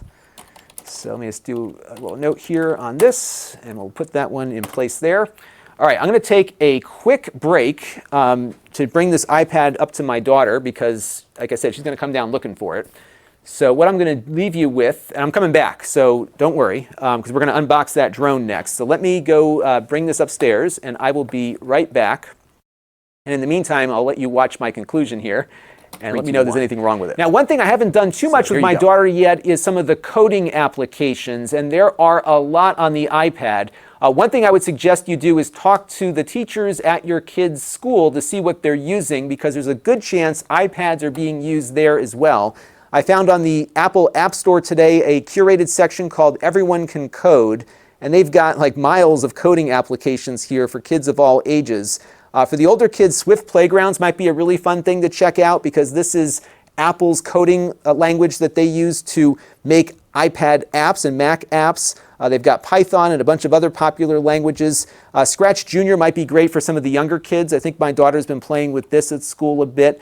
So there's just a ton of stuff that's available on the iPad. And if you get the new 10.2-inch version, they've got an integrated keyboard case that's available. That should make typing in some of these commands easier. But of course, any Bluetooth keyboard will generally work with the iPad. So I got to start getting there with my daughter just because I think she's spending a little too much time in the games these days, and I want to do something more productive with her time on this. So that's our next step.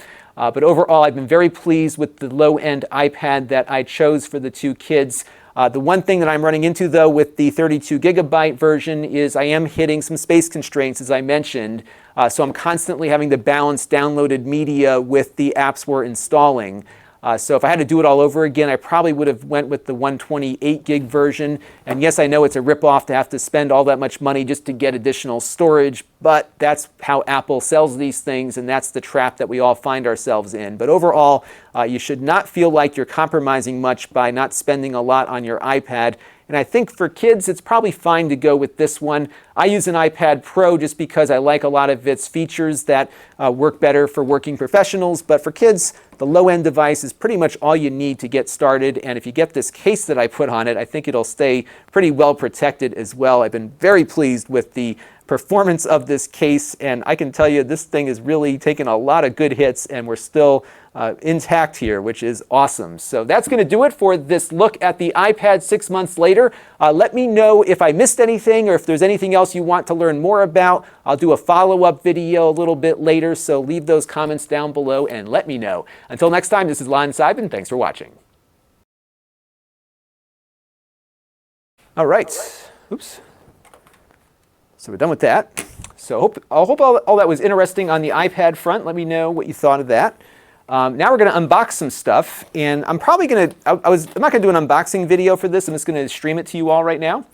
But what this is something that I am going to put upstairs in my second office. So what I've got upstairs is I have a rec room where our TV is, and I set up a little office area that I can work in, because the basement is where I do most of my work during the week, and at night I work all the time. I just like what I do, so I just constantly work. But I like to be upstairs with the family and not sitting down here all day, so I set up a little secondary office space up there.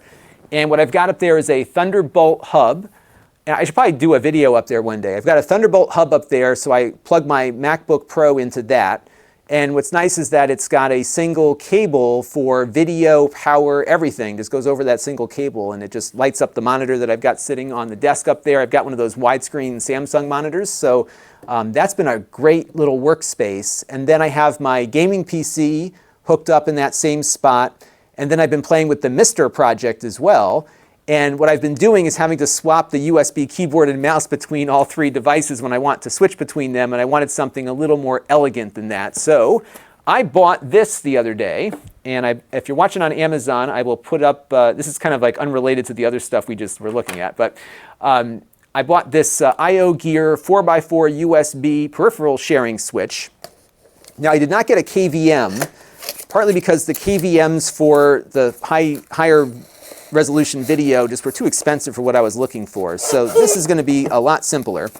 And what you do is you can plug 4 USB devices into it. So it's kind of like a USB hub. And then you can push a button and switch the active computer that's using those devices. So your devices plug in here. It's got to be powered. It's got a little USB jack there for that. And then you plug in USB cables on the back here to the computer. And so you've got 4 different positions. So again, 4 devices can be shared with 4 different computers. And if you hit the switch, it will, it'll move everything to that computer that's selected. And it looks like the switch is probably a separate piece here. So let's see what we've got here. So these are the USB cables. There's 4 of these. 2, 3, 4. 1 for each computer. And then this is the switch component, I think. Let's take a look.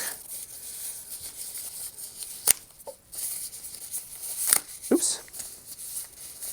So I'll probably do like a little mini extra channel thing on this, just because it'll probably be useful to some folks. Yeah, so this is the little switch. So it's just a button, and as you push this, it will, it'll move through the different positions here on the device.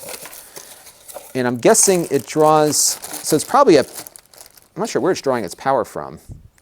So I'm not seeing any other cables in the box. I'll have to read the instructions, but I think the way this works is that it probably draws power from the host device, but it's something where you probably want to have a USB power source going in. Oddly though, they don't give you, I don't see it in here, the USB power cable.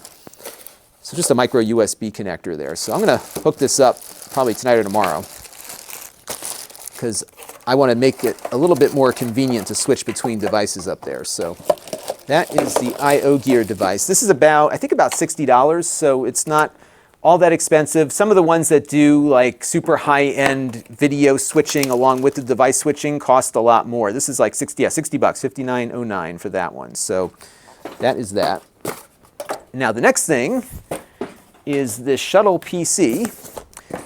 By the way, I paid for the I/O Gear with my own funds. The Shuttle PC we're going to unbox here is on loan from Shuttle. This is their DS10U. I'm just going to adjust the camera position here for a second. And what this is a mini PC that can be equipped with Intel U-series processors. So these would be the same chips you'd find inside of a laptop. And this is fanless, which is great. So the one they sent me, and I'm actually glad they sent me this one. The one they sent me is the Celeron version, which is the lower cost one. And the reason why I'm glad they sent me the lower cost one is that I like to look at the super low end so you know what you're getting.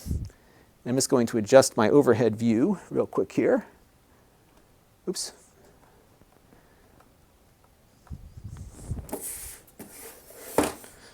That should work, because we're going to also look inside of this thing too. So we're going to do all of that. And Scott Anise makes a good point here. Storage is better to have and not need than need and to not have it. Very true, especially when it comes to an iPad, without question. All right, so let's unbox this sucker. And this is the DS10U. And I don't know, let me look on the Amazon page. I just want to see how this is sold right now. So let's pull that up real quick. DS10U Shuttle. And so you can all see that. And it looks like, okay, so the DS10U, so this is exactly the one I have. So this is $392.99. That includes the Celeron 4205U Whiskey Lake U processor. So this is not like the Gemini. So there's the Gemini Lake Celerons, which are good for limited uses. This is the kind of the laptop grade processor in this one. It's still a Celeron, so it's not going to be as fast as the i3. It comes with no RAM, no hard drive, or solid state drive, or OS. So you are basically going to add your RAM and storage, but it does have the processor installed. So what we'll do is we'll take it apart and see what this one has on it. Sometimes they put memory in for me, but I think it's taken it supports DDR4 RAM, so we can add more to it if we need to later. Okay. Let me do a quick unboxing video here. And this one's going to go on the Extras channel, probably tomorrow or the next day. So here we go. 3, 2, 1. Hey everybody, it's Lon Seidman. It's time for another unboxing, and today we are unboxing a little mini PC from Shuttle called the DS10U. And I'm going to move this label a little closer to the camera here if you can see it. A little dark over there, but we'll let you know. Sorry. That. So I just changed my lighting. I used to have a light over there, and now if I go out of the overhead lights here, you lose all the light. So I'll have to just do some B-roll on that one. All right, one more time. 3, 2, 1. Hey everybody, it's Lon Seidman. We've got another unboxing. Today we are taking a look at the Shuttle DS10U. This is a new mini PC from Shuttle that's powered by Intel U-series processors. These are the same types of chips that you might find inside of a laptop, and they have a few different configuration options. The one they sent us is the low-end version. This one has a Celeron. This is the, shoot, one more time. What has this one got? It's 4205U. All right, I know where to look for it now. Sometimes it's better to start over again than it is to just, and I will admit, that I have reboxed things in the middle of an unboxing just to get a better take. I have done that before. But people like unboxing videos. And actually, I like the unboxing videos a lot because they actually help me. I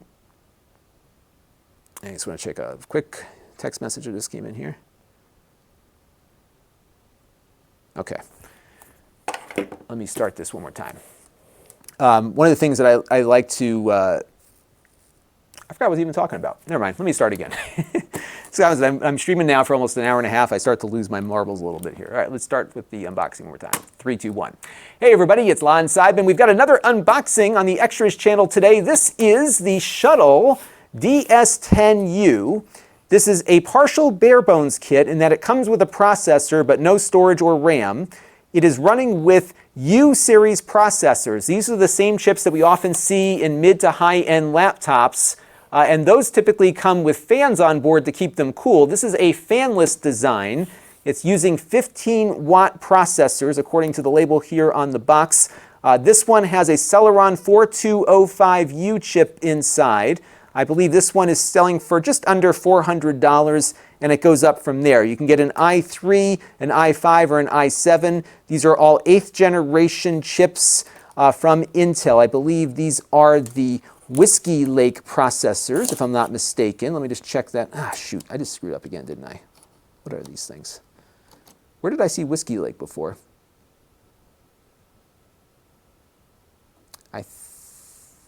Okay. You know what? I'm just going to start one more time. I'm just reading the label here just to make sure I'm not missing anything. Where did I see Whiskey Lake? Oh, it's dual gigabit LAN. Huh.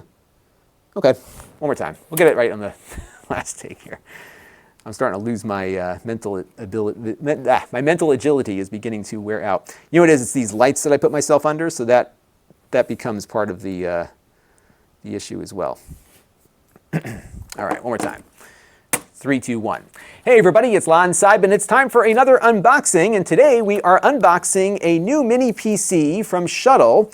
This is the DS10U. It's a bare bones kit, and it includes the processor but not the RAM or the storage. This one has a Celeron 4205U processor inside, but you can use an i3, an 8145U, an i5, an 8265U, or an i7 8565U, and you can buy one in each of those processor configurations. Being that this is the Celeron version, this is the entry level, and we're looking at about $400 for this, again, bare bones. These are fanless, and typically these U-series processors are going to be something you'll find in a laptop with a fan. These will require no fan and should be silent, and they're used for a lot of different types of use cases. So a lot of these Shuttle PCs drive displays at retail, but you could also use them for general computing as well, and I think having a silent computer with a decent amount of performance behind it is something worth looking at, which is why we're going to have a full review of this soon on the main channel at Lon.TV. So let's have a look inside the box here. We've got a power adapter. All of these chips that it supports are running at 15 watts, by the way, and we'll test the power consumption when we do that full review. It looks like here we've got some little stands for the computer. We've got what looks like a VESA mount here as well, so you can put this on the back of a monitor. Have some Wi-Fi antennas here, another little stand, and some screws, obviously for getting everything secured inside of it. And then, of course, we've got the DVD, which you will need to find yourself a DVD player or to be able to get everything working. And in case you're wondering, those VESA mounts are metal, as you can hear the clanking going on. Let's have a look now inside and see what the computer looks like. And then we'll take a look inside the computer as well and see what kinds of stuff you can put in there. So let's get that out of the box. And before we toss the box away here, we also have a little starting kit for getting everything going and instructions as to where all the different pieces are located. So let's get the computer portion out. We looked at one of these from Shuttle recently, probably the last generation of this product, and it was a pretty decent computer, and this is the new version of it. Let me switch camera views here. So let me get this camera in a little bit tighter on this. So let me just cut it here and see. what this thing looks like.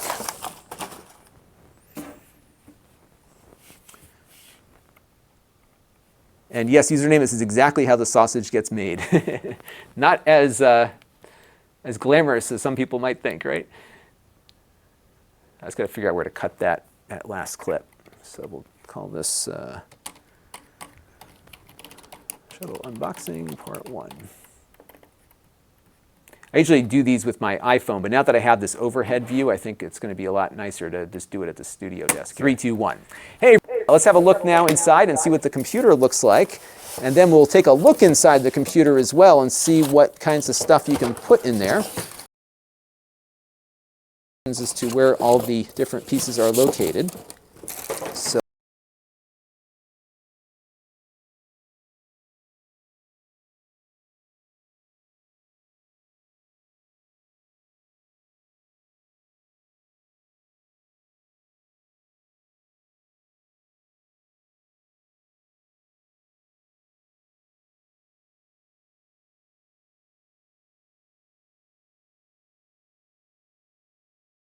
it's a pretty decent computer, and this is the instructions as to where on this. So he's from Shuttle recently, probably the last generation of this product, and it was a pretty decent computer.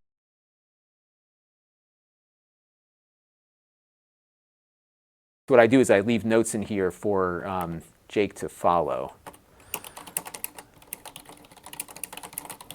All right, so we'll cut there, and then we're going to go and adjust our camera angle to get in a little bit closer. And every time I get up, I generate static electricity also. So that little pop there was my hand touching the tripod. Okay. I got to be really careful with the static now as we're getting into winter. All right, so it looks like I'm going to need my screwdrivers to open this sucker up. And I think you just access it from the bottom. All right, so let me grab the screwdriver set so it's here when we're ready. Because if you all were following my stream the other day, I was starting to hunt around for the screwdriver kit. All right, we are at 3:45. I've got to stop around 4:30 or so, so hopefully we'll get to get everything done here. Okay.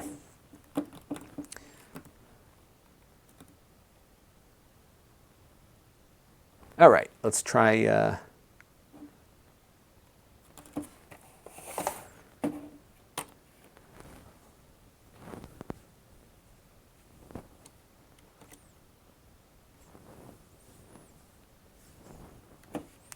right, 3, 2, 1.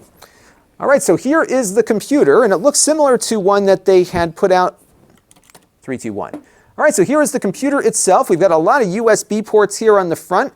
2 USB 3 ports, a USB 2 set right here. Looks like we've got the power button, another set of USB 2 ports, an SD card slot, microphone, and headphone jack there. Again, this is fanless, but it does have a lot of venting to keep those processors running cool.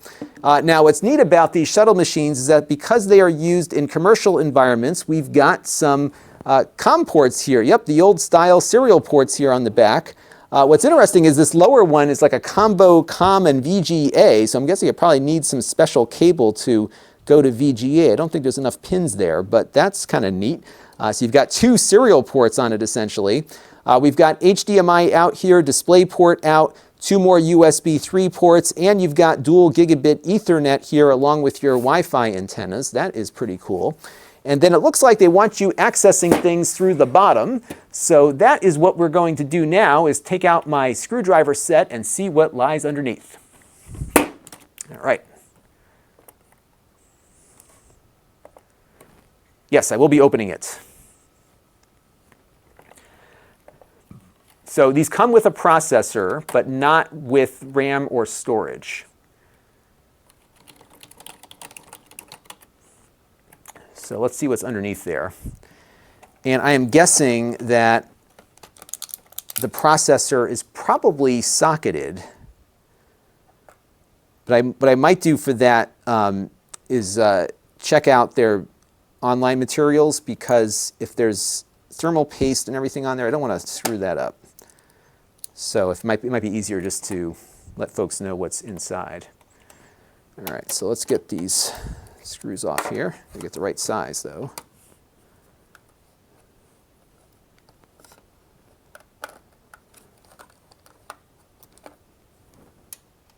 That'll work. Get it a little bit tighter here on that camera too. Let's grab it. We'll zoom in. There we go. So let's see what's inside. So Netlux, I did get a Ryzen one of these in, but it was so bare bones it lacks the processor. So we have to go get a processor for that one. So we'll probably do something on that soon too, because that might be a fun little gaming device to have access to. Now, how do you get into this thing? I have to unscrew these two as well. Let's see. Where did my plastic thing go? Let's pop the...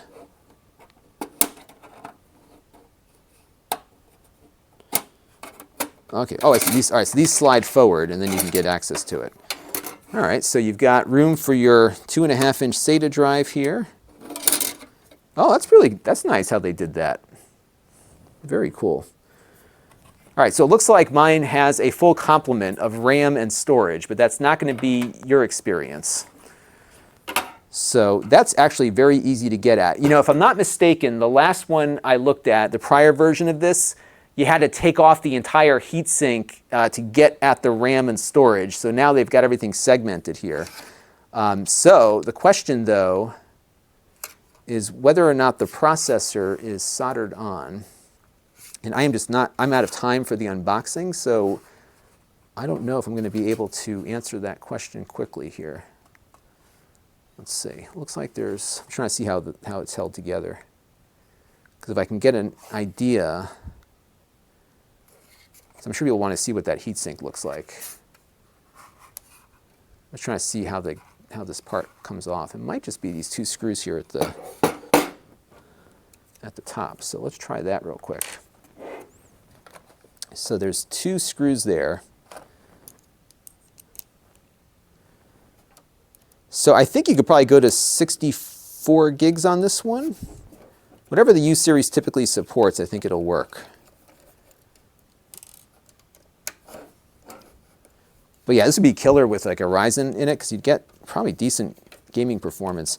I just finished up that review of that Dell with the 10th series, 10th generation Intel chip, and that's got some promise. So like the Intel chips I think are starting to catch up, but that one had the Iris graphics, which will cost more. I really want to get into this thing, but I don't have a lot of time. Let's see.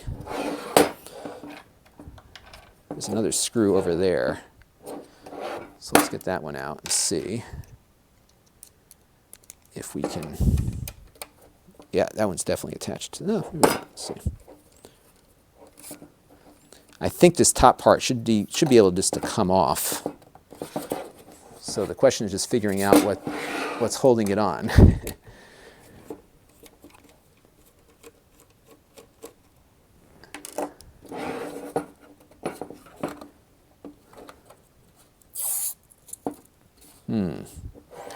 It is a puzzle. I'm going to do some research on this, and we'll see if the processor itself is upgradable. I'm guessing it likely isn't, but I will do the research on that, and that will give people something to watch in the full review. So I'm sure there's like a service manual or something.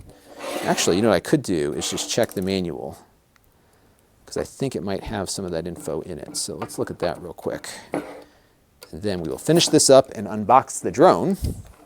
And then I've got to run and get the rest of my work done for tonight, because we are going to be uploading the wrap-up in a little bit, and hopefully Jake has that all ready for me.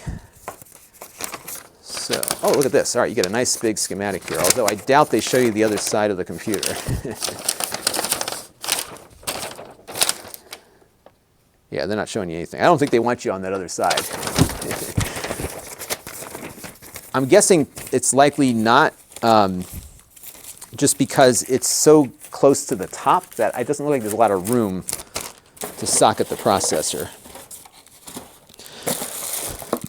All right, so we'll just go with the back for now, but I will get you the information on the inside when we do get to the review.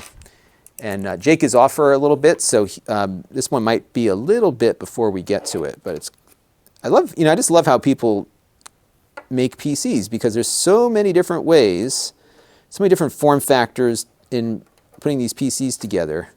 And like this is, I think Shuttle is one of the few that actually makes a computer that you can buy with serial ports on it, which I think is really a neat idea. Yeah, Netlux is very correct. If they have it hidden like that, there's a less than a 1% chance that you can actually get in there and swap it out. Yeah, I think that's definitely the case, especially given that they're selling a version for each chip that's available. So I'm going to say that's probably the case here as well. So let's just put this part back on here, and then we will wrap up the unboxing and then move on to the drone unboxing, and then I've got to get back to some other work. What's incredible to me is how fast my day goes by. So I did the wrap up this morning. I took about a half hour to go grab some lunch, and I have a mailbox where all my stuff comes into, because I don't like things sitting outside my house, just given that, it's easy to grab things if just the UPS guy leaves on the porch or something. So I have all of my stuff sent to a secure mailbox in town. And then what's nice about the place where the stuff gets dropped off is that they can take packages for all of the major carriers. So I went there, I'll put the screw back in later. So I went there to drop off some packages, and picked up this one today, actually. This one just came in today too. So that was my day so far. So let me reposition this. Yeah, this is much better than their prior case design. So that is great, because the other one, I was really dinging them because you had to like take the whole thing apart just to get the RAM in there. And that was a pain. So what you had to do was essentially assemble all of the different components, because you couldn't install anything with the heatsink on there. So yeah, but I'm sure as a fanless PC, I know that people are going to want to see the other side, so I will figure it out in between. All right, so, and I just want to check and see. 3, 2, 1. You need to find yourself a DVD player, one in each of those processors. This is the DS10U. It's a bare bones kit, and it includes the processor, but not the RAM or the storage. This one has a new mini PC. Hey everybody, it's Lon.TV, and it's time for another unboxing. And today we are unboxing a new mini PC from Shuttle kit, and it includes the processor, but not. All right, I forgot my disclaimer, so I'll do that at the end. This is on loan, so it's not, it's not the end of the world, but I want to make sure that I get that in there. So, okay. So let me see where I left off on that last clip.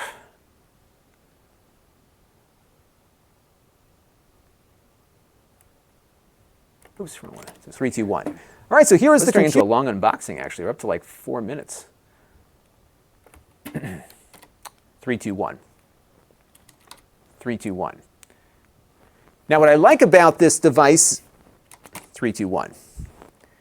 Yes, Netlux, I am definitely doing that. And what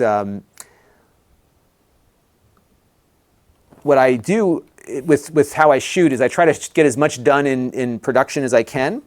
And then what we do from there is we very easily edit together the final product. So that's kind of what we're doing here.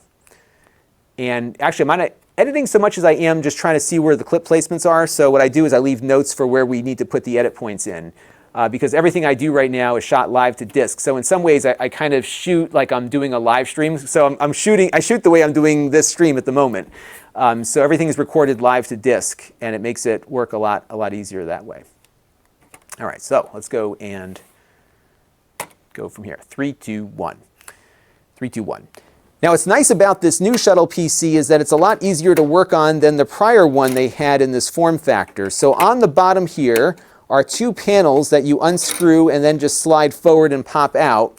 And this has access to everything that is user serviceable on the computer. I will check to see if you can swap out the processor, although I don't expect you can do that, just given how close the processor is to the top of the computer here. So you only have about that much room, so I doubt they're socketing this, but I will check on that for all of you in the full review that you'll be able to see at Lon.TV. So you've got room here for a 2.5-inch SATA drive, so you can pop in one of your SSDs there. You also have an NVMe slot here, and this one actually came with RAM and storage, but the one that you buy will not have those things. So they have dual channel RAM here along with that storage device. Looks like a Kingston drive that's in there right now. And what we're going to do is get this thing booted up with Windows, and we're going to run all of our usual tests on it. And we'll have a full review soon on my main channel at Lon.TV. So stay tuned and let me know if there's anything specific that you want to see in that review down below in the comment section. Until next time, this is Lon.TV. Thanks for watching. All right. Oops, I forgot the disclaimers. Let me reshoot that whole thing. 3, 2, 1. 3, 2, 1. All right, one thing that I really like about this device is how easy it is to get into it. The last version we looked at required you to take off the entire heatsink thing to get at the RAM and storage. This one has everything neatly placed on the bottom of the motherboard. I don't believe the processors are swappable. I'm going to ask and see, but there's no easy way to get into that section of the case here, at least not initially. And I think the tolerance here is very minimal between the motherboard here and the top of the case. So I'm anticipating that this processor is probably soldered on, but again, I will double check on that. They are selling these kits bare bones with a specific processor inside. So that is my initial take on this, but again, we'll find out for sure. Now in here, you've got a spot for a 2.5-inch SATA drive, so you can pop an SSD in there. You also have an NVMe slot. This is a drive, a 256 gigabyte drive that they put in for mine, but of course yours will not have that. These are sold bare bones. And there's also 2 RAM slots here for DDR4 RAM. They did populate mine with some RAM. I'm not sure what it's got in there. Maybe it's 4 gigs. We'll have to check when we boot it up. I think you can go up to the max that the U chipset supports, so I think that's probably about 64 or 32 gigs of RAM. We'll get all the details for you in the full review that will be posted here at Lon.TV. So I like how easy it is to get at all the user replaceable things on this, all on the bottom. You don't have to take apart the entire computer to get at that. You just need to get these 2 panels off and you are good to go. So stay tuned for the full review soon. Let me know what questions you have down in the comment section below. I should mention, because I didn't say this at the outset, that this is on loan from Shuttle. So when we're done with this, it goes back to them. All the opinions you just heard were my own, and no one paid or provided any compensation for this unboxing, nor did anyone review or approve it before it was uploaded. So stay tuned. Full review coming up soon at Lon.TV. All right, there we go. So we're done with that. And now we're going to do the drone. And oh, thank you, Netlux, for your super chat contribution. Greatly appreciated. And yeah, we will definitely get a Linux distribution loaded up on one of these, on this thing. Actually, it's been interesting. We're going to talk about this on the wrap-up tonight because some folks are writing in, because I've been doing mostly live boots of Ubuntu just to test out the Linux compatibility on these things. And what I'm hearing, and I'm not like a huge Linux expert, but what I'm hearing is that I should not be using a live boot as a means of determining Linux compatibility, because apparently different things happen when you install Linux versus run it live. So what we may end up doing soon is actually doing full Linux installations on these devices, which will take a little bit more time, but if it means getting it right versus not getting it right, I'm willing to get it right. So we'll look at that. All right, so that's installed there. And we haven't been doing a lot of benchmarking on the live boots. We've just been looking at it for compatibility's sake. Because generally, if the drivers all work, the performance should line up with other machines with the same commodity components for the most part. And to be honest, from a time perspective, most of our views come from general consumers. So most folks are not looking for Linux info, but I'm trying to provide a little bit just so people know what their options are. So that is the approach that we take. And Netlux also loves the overhead view. I love it too. I think this has been the best thing I've ever added to the channel because I'm often frustrated because my other camera is over there, so it's sometimes hard to get a good angle on everything here.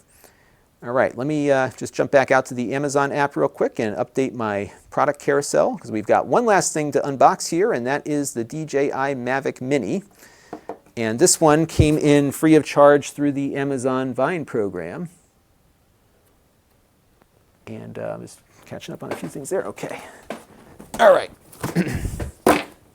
Let me get the plastic off of this first without cutting myself.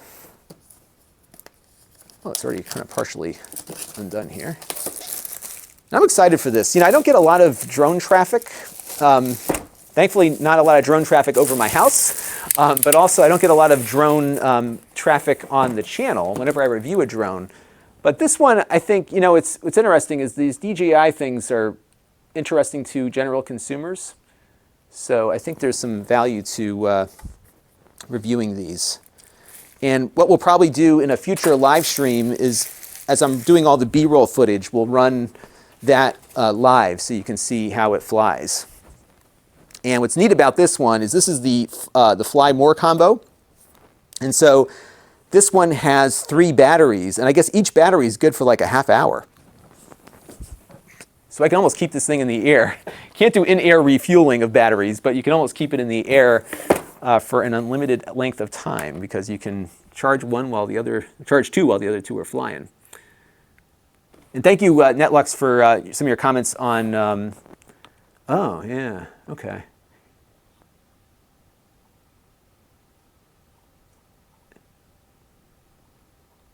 You know, Netlux, I might have to conference with you on some of these options. I'm definitely looking for a fast way to install stuff. So let's talk, because I'm trying to figure out the best way to make it all work. Yeah, I'm going to talk about it on the wrap-up tonight also. So stay tuned for that. All right, so glad you all are enjoying watching me do my thing. I'm enjoying it too, because it actually helps focus me a little better on things. Okay, so we're going to unbox this thing right now. So let me get the camera just slightly adjusted on top here.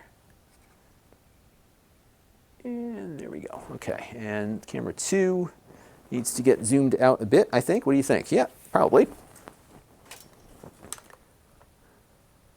I try to keep the shot a little bit tighter because I know how small this thing is. All right, time to unbox. 3, 2, 1. Hey everybody, it's Lon.TV, and it's time for another unboxing. We just got this in via the Amazon Vine program, free of charge. This is the Mavic Mini, which is the latest and greatest drone from DJI. And this one is the smallest one they make, and it's very lightweight. So light that you don't have to register it with the Federal Aviation Administration, the FAA, here in the United States. So what we're going to be doing in this video is unboxing it so you can get a feel for the size of it. And then I'm going to spend some time using the device. We might live stream a test session with it. And then after I get all my information together, we're going to have a full review that you can find on my main channel at Lon.TV. Now, I do want to let you know, in the interest of full disclosure, this came in free of charge through the Amazon Vine program. However, all the opinions you're about to hear are my own. Nobody is paying for this unboxing, nor is anyone reviewing it or approving it before it gets uploaded. So let's get this thing out of the box, and then we'll have a full review coming up soon. All right. Always good when the first take is a keeper. I think that was. So One Man Show says, wow, what a pro. Yes, that's because I got lucky this time. The last 12 things I've done today on the channel have not gone as swiftly. Netlux has one. He got an early influencer version to try out. 24-minute flight time on the battery. Camera is great for the price. Yes, it's a 2K camera, so it's not as good as the Mavic Air, but it's also less expensive. Zam, thank you very much for your Super Chat contribution. It is greatly appreciated. And yes, I am going to CES this year. So we'll be doing my dispatches from CES. And I'm looking forward to that. So stay tuned. There's a lot more to come on there. And I think we're going to go to the overhead view here. This is the DJI.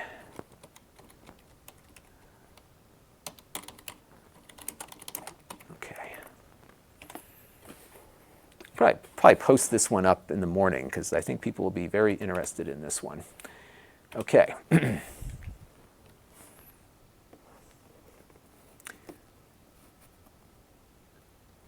Netlux has been very helpful. He can chat as much as he wants because it's funny. I dominate chats also because things just keep coming to mind and I like to share everything. So I actually really appreciate. No, Netlux, you're fine. Scott's just messing with you.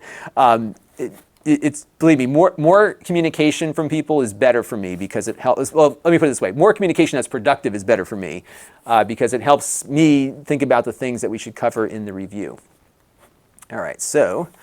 Let us cut to the second camera here, and we're going to look at this one, and the price is, okay, so this is the Mini Fly More.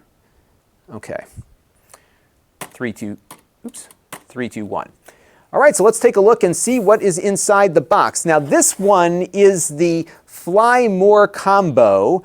This is $679 at the time I'm recording this video. The entry price is $399, but you get some extra stuff here in the box with the actually, you know what? Does this come with, let me just check something real quick because I just want to make sure that,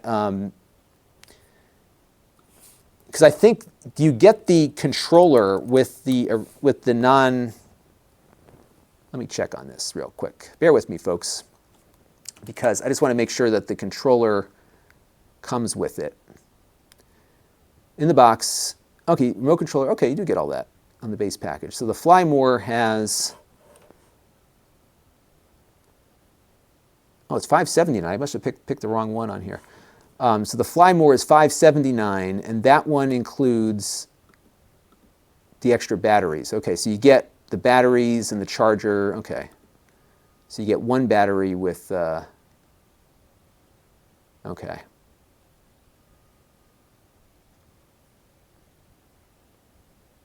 You actually get a good amount of stuff here.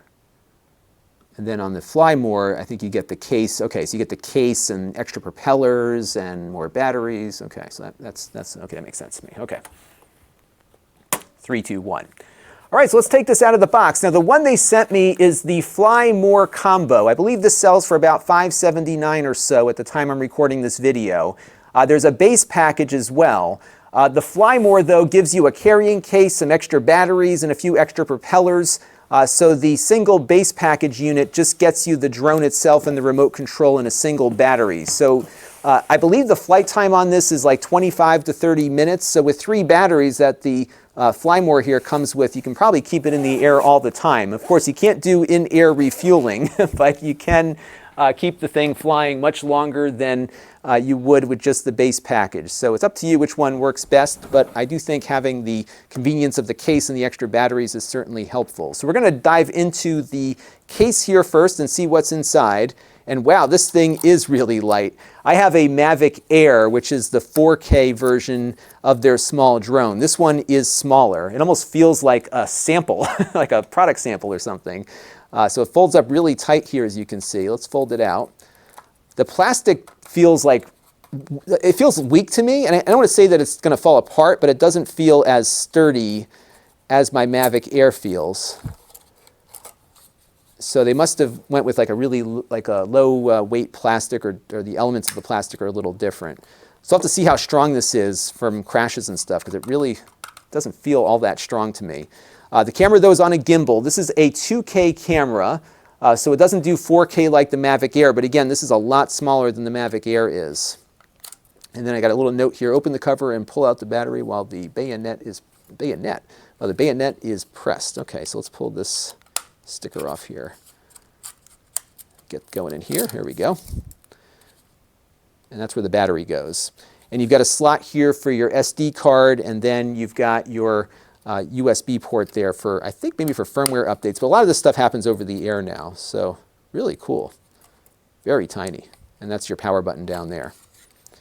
I'm really eager to see how this will perform versus the Mavic Air. So that is the drone portion.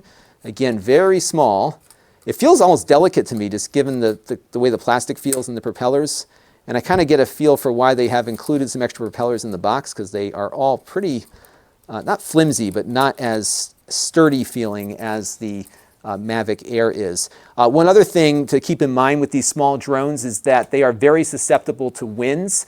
And I had a heavier drone I was flying recently, and I got it above the tree line, and the wind just took it, and it took a while to get it back. So just be prepared to really keep an eye on the winds when you are out with one of these things, because they can get away from you. And then if the battery dies, they tend to just set down wherever they last left off.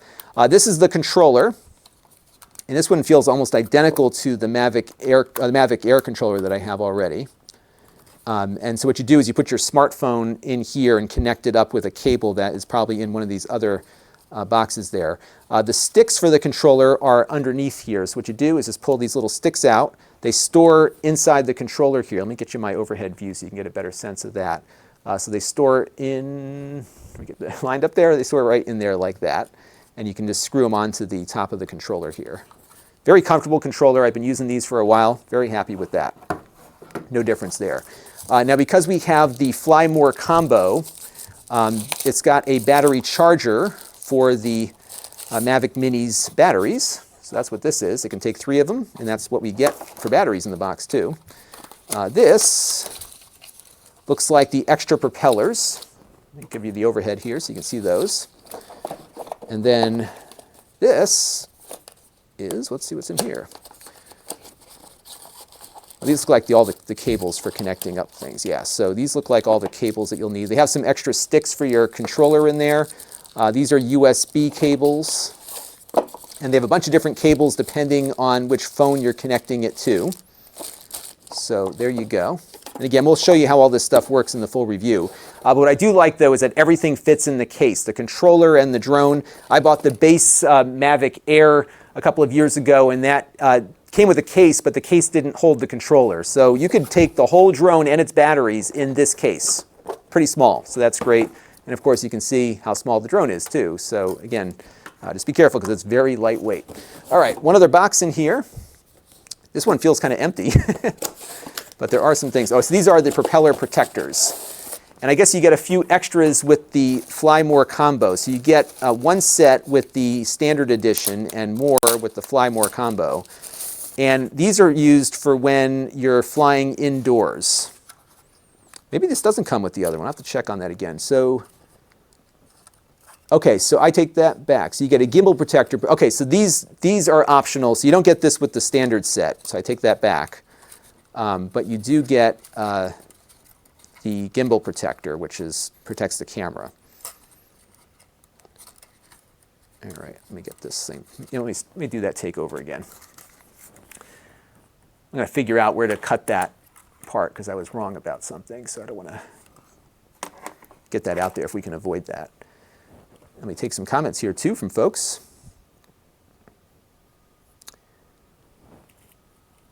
So Netlux says I definitely want to put those protectors on for sure. DJI Part 2. And let's see if we can make this work. Came with a case, but the case didn't hold the controller. So you could take the whole drone and its batteries in this case. Pretty small, so that's great. And of course, you can see how small the drone is too. So again, just be careful because it's very lightweight. All right, you know what we're going to do is, so there you go. And again, we'll show you how all this stuff works in the full review. But what I do like, though, is that everything fits in the case. The controller and the drone. I bought the base pretty small, so that's great. And of course, you can see how small the drone is too. So again, just be careful because it's very lightweight. All right, one other box in here. This one feels kind of empty, but there are some extras. This one feels kind of empty, but there are some things. Oh, so these are the propeller protectors. We're going to stop there at propeller protectors. And I'm just going to make my note here for editing later.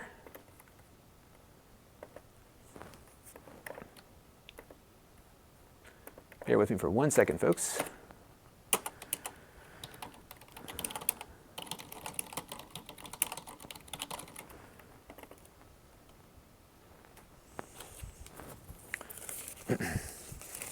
Yeah, they're using some really lightweight plastic. So I'm wondering how strong this plastic is going to be. because it really it doesn't, like I said, it doesn't feel weak, but it feels like it doesn't feel as dense as the plastic you would typically see on one of these things. Very cool stuff. All right. And I'm going to pull it out of the bag again so that it has a little bit more continuity.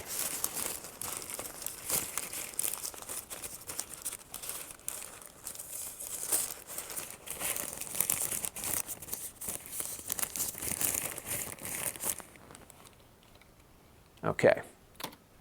3, 2, 1. Now the protectors are optional on the standard kit, but they come in this Fly More package. And this is what it looks like. Let me cut back to our overhead shot here. Maybe we can try to install these if I can do it quickly enough. So what these do is they protect the propellers when you're indoors from getting damaged. And this is definitely something you're going to want to use inside so you don't chop up the propellers, which are of a very lightweight plastic, and of course anything that your drone might come in contact with. So these kind of cover up the propellers here and keep everything protected while you are flying indoors. The plastic they're using on this feels similar to the plastic that the drone is made out of. It's a very lightweight and flexible plastic here, so everything is looking like it was designed to really hit a weight target here, and I'm hoping this will be strong enough to hold up. One thing DJI offers, which I'm not sure is being offered on this drone, I'll have to check, is an insurance policy that if you happen to have an incident and you can recover the drone, they will allow you to get it replaced. It's kind of like an insurance program that they offer there. But it definitely feels a lot lighter than my Mavic Air, which was a very small and light drone to begin with. So we'll be having some fun with this thing and playing around with it. I'm very eager to see what it's capable of and how it stacks up to the more expensive drones in their lineup. It's probably going to be a very popular item this holiday season. So stay tuned. We're going to have more on this. Like I said, we're probably going to do a live stream of me playing around with it once the weather improves where I live. Right now, we're kind of in the middle of this winter slush thing going on, and it's probably not ideal for flying this little lightweight drone.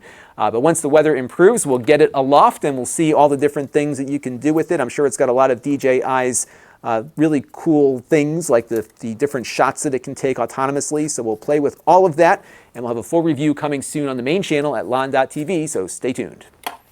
All right. I think oh, shoot, there's more stuff in the box. What else is there? Let's see what else is in here. Yeah, I got to go through the rest of it. Okay, hang on a second. Let's go and do that.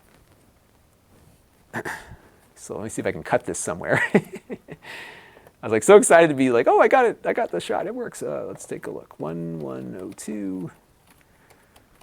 Part 3, cut before conclusion. We'll find a spot in there. I just want to see if there's a spot that works. It's holiday season, so stay tuned. We're going to have more on this to the more expensive drones in their lineup. It's probably going to be a very popular item this holiday season that they offer there. But it definitely feels a lot lighter than my Mavic Air, which was a program that they offer there. But it definitely, okay, so right, offer there. That's where we're going to cut that one. So remove, and we'll see what else is in the box.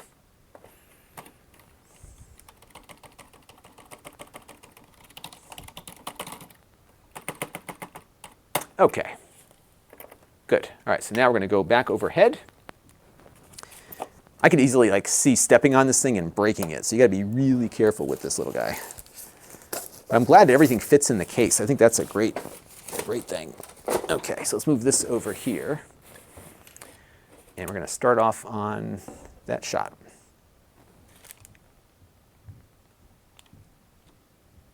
Okay. All right, so Tech 360 says that's cool. I believe it is cool. I agree. Falcon 610 says, hi, say Falcon, please. Hello, Falcon 610. Tony Eden, sup? Thanks for coming in. And I can't remember if I thanked Zam for your super chat contribution. I think I did, but if I didn't, thanks again for that. All right, so we're going to get through the rest of the unboxing here, and then I'm going to wrap up and then finish up editing the wrap up and then make dinner and then go to bed at some point. So we'll go from there. 3, 2, 1. All right, there's a couple of other things in the box here. This looks like some instructions and whatnot. Let's take a look and see what this is. Yep, all the info. It's a little instruction guide and some things to get started with. So that's good to have. We have, this feels like a power adapter to me. It feels kind of heavy. So let's see what, this actually weighs more than the drone does, I think.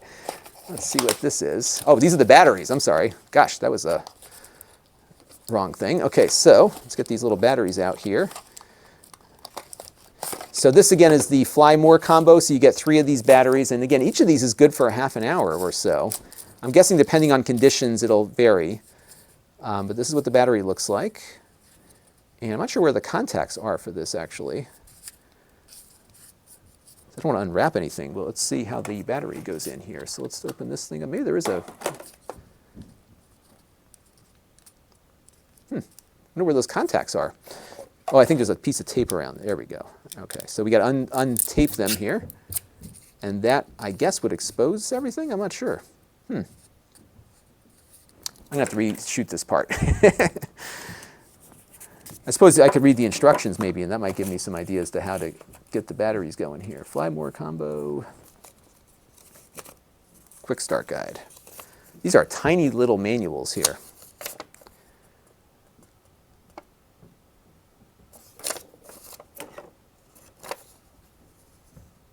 What's funny is they don't show you how to put the battery in, unless some of these come with the battery pre-installed. Maybe Netlux can tell me, who's got one of these, where the contacts are for the battery, unless they're like hidden underneath or something.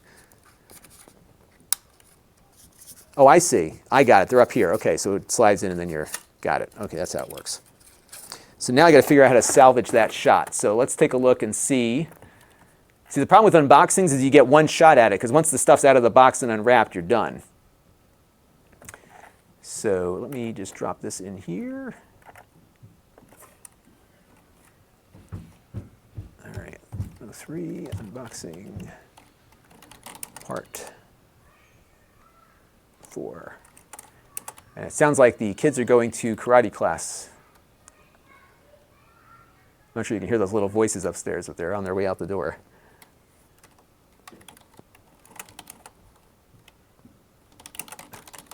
All right, so let me just play this back real quick so we can figure out exactly. It's good for a half an hour or so. I'm guessing depending on conditions, it'll vary. But this, okay, so I think that's how we'll do that. It'll vary. All right.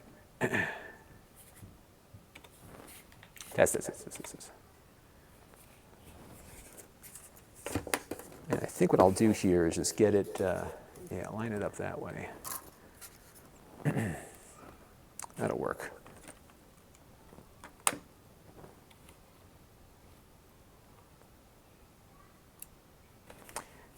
Yeah, well, this is part of the unboxing process, right? Is that, you know, this is the first time I'm seeing this, so this is all new to me. All right. I gotta wait for the kids to stop screaming upstairs before I finish this up here.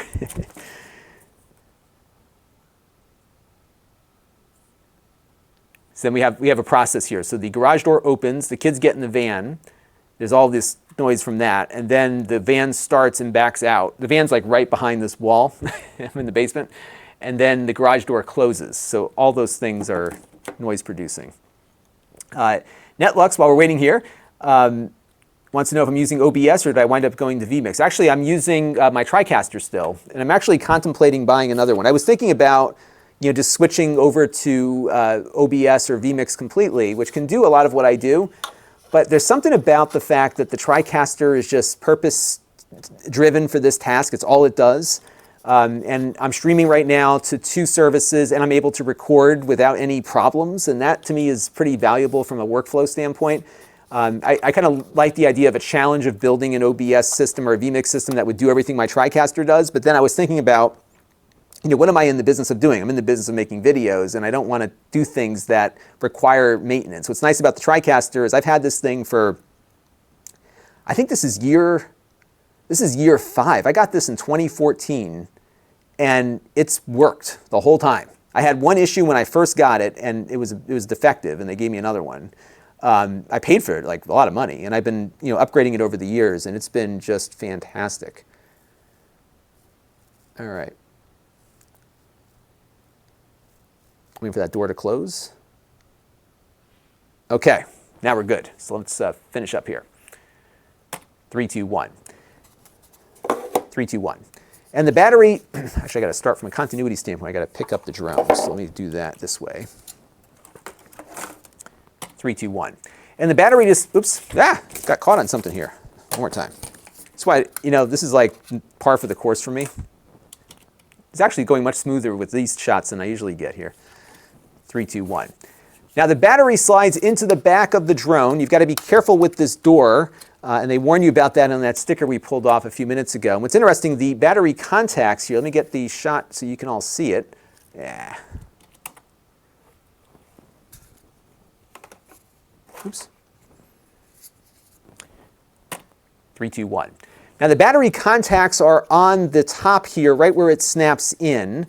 And I'll get the drone back here in my other shot so you can all see it. And the battery just kind of slides in and attaches that way, and then you close the door and you're good to go. So it adds a little bit of weight. It actually feels a little better with the battery in it, a little bit heavier, but it's still under that FAA weight limit there. So I'm going to get all these batteries charged up. We're going to have, hopefully when the weather improves in a day or two, some live streaming of me actually flying the drone around to seeing what kind of capabilities it has. We'll try it here in the studio with those propeller guards on as well to see how it does indoors too. And we'll do some video samples. We'll do everything we can think of with this thing and hopefully not lose it in the process, because I could see, again, this thing being taken off by the wind pretty easily. And we'll have a full review with all of my thoughts coming soon on the main channel at Lon.TV. And if there are things that you would like to see in that review, definitely let me know down in the comments section, because that will help inform us as to what we are going to do in that review as we put it all together. So stay tuned, a lot more to come on this. And until next time, this is Lon.TV. Thanks for watching. All right, that was good, I thought. And the problem with drones, especially the DJI stuff, is that there are channels and a whole community around drones that are very serious about this stuff. And it's kind of like the VR world in that if you approach things like a standard consumer, you get a lot of heat. But I think it's important to approach it like a regular consumer, because I think most of the people looking at this are not the high-end enthusiasts. It's going to be the everyday folks looking for a fun drone to play with. So yeah, it feels a lot better with the battery in there. It's not like hefty, but it feels a little more sturdy. DJI conclusion. Okay, all right. Okay, so I'm going to take a few more questions here, and then I've got to go because we've got to edit the wrap-up. I've got a little bit of time to get that done, and we'll go from there. But I want to thank everyone on Amazon who tuned in. This was good to get some feedback. It was interesting to see, I've been trying to figure out how, what gets the best engagement on Amazon. And clearly talking about iPads and accessories seems to do pretty well. So I did get a few more questions than I usually get there. So I want to thank everyone on Amazon who tuned in. And I want to thank all of you on YouTube who have tuned in as well. We've been going now for about 2.5 hours. And again, I've got to get moving here in a second. So I think I'm going to have to end this so I can get the rest of the day's work done here. But I want to thank everyone who stopped by to visit. I want to thank Thomas Ruffley and Netlux and Zam for your super chat contributions. They are appreciated. And look for all this stuff soon edited on the main channel. John Moshi wants to know if I'm going to be posting the Shield tube for sale. Actually, you know what? I sold it to a friend of mine, so I will not be offering that one up for sale. A friend of mine needed a streamer, and I had one for him, so I sold it to him, unfortunately. So sorry about that. And I think that's going to do it for now. But again, I want to thank everyone for tuning in, and we're going to be back again very soon. Because I'm doing a lot of these streams for Amazon, you're going to see a lot more of me live. So if you missed this one or came in late, don't worry, I'll be back again soon. I generally don't schedule these things because I never know what my schedule is going to be like during the day. But what I would do if you want to get notified is make sure you have that notification bell clicked, and then you'll get pushed a notification whenever we do pop up and do a live stream in the future. So stay tuned. I'll be back on, not live, but recorded at 7 p.m. Eastern time, hopefully, with the weekly wrap-up. So that's coming up. And if there's anything else you want to see, drop me an email at lon@lon.tv or head over to the Facebook group at lon.tv/Facebook group. All right, that's going to do it for now, everybody. Thanks for tuning in, and I will be back again very soon with the next live stream. I want to thank everyone for coming by and hanging out today because it's been great to talk with all of you live. Always is. So thank you all. Talk to you soon. Bye-bye.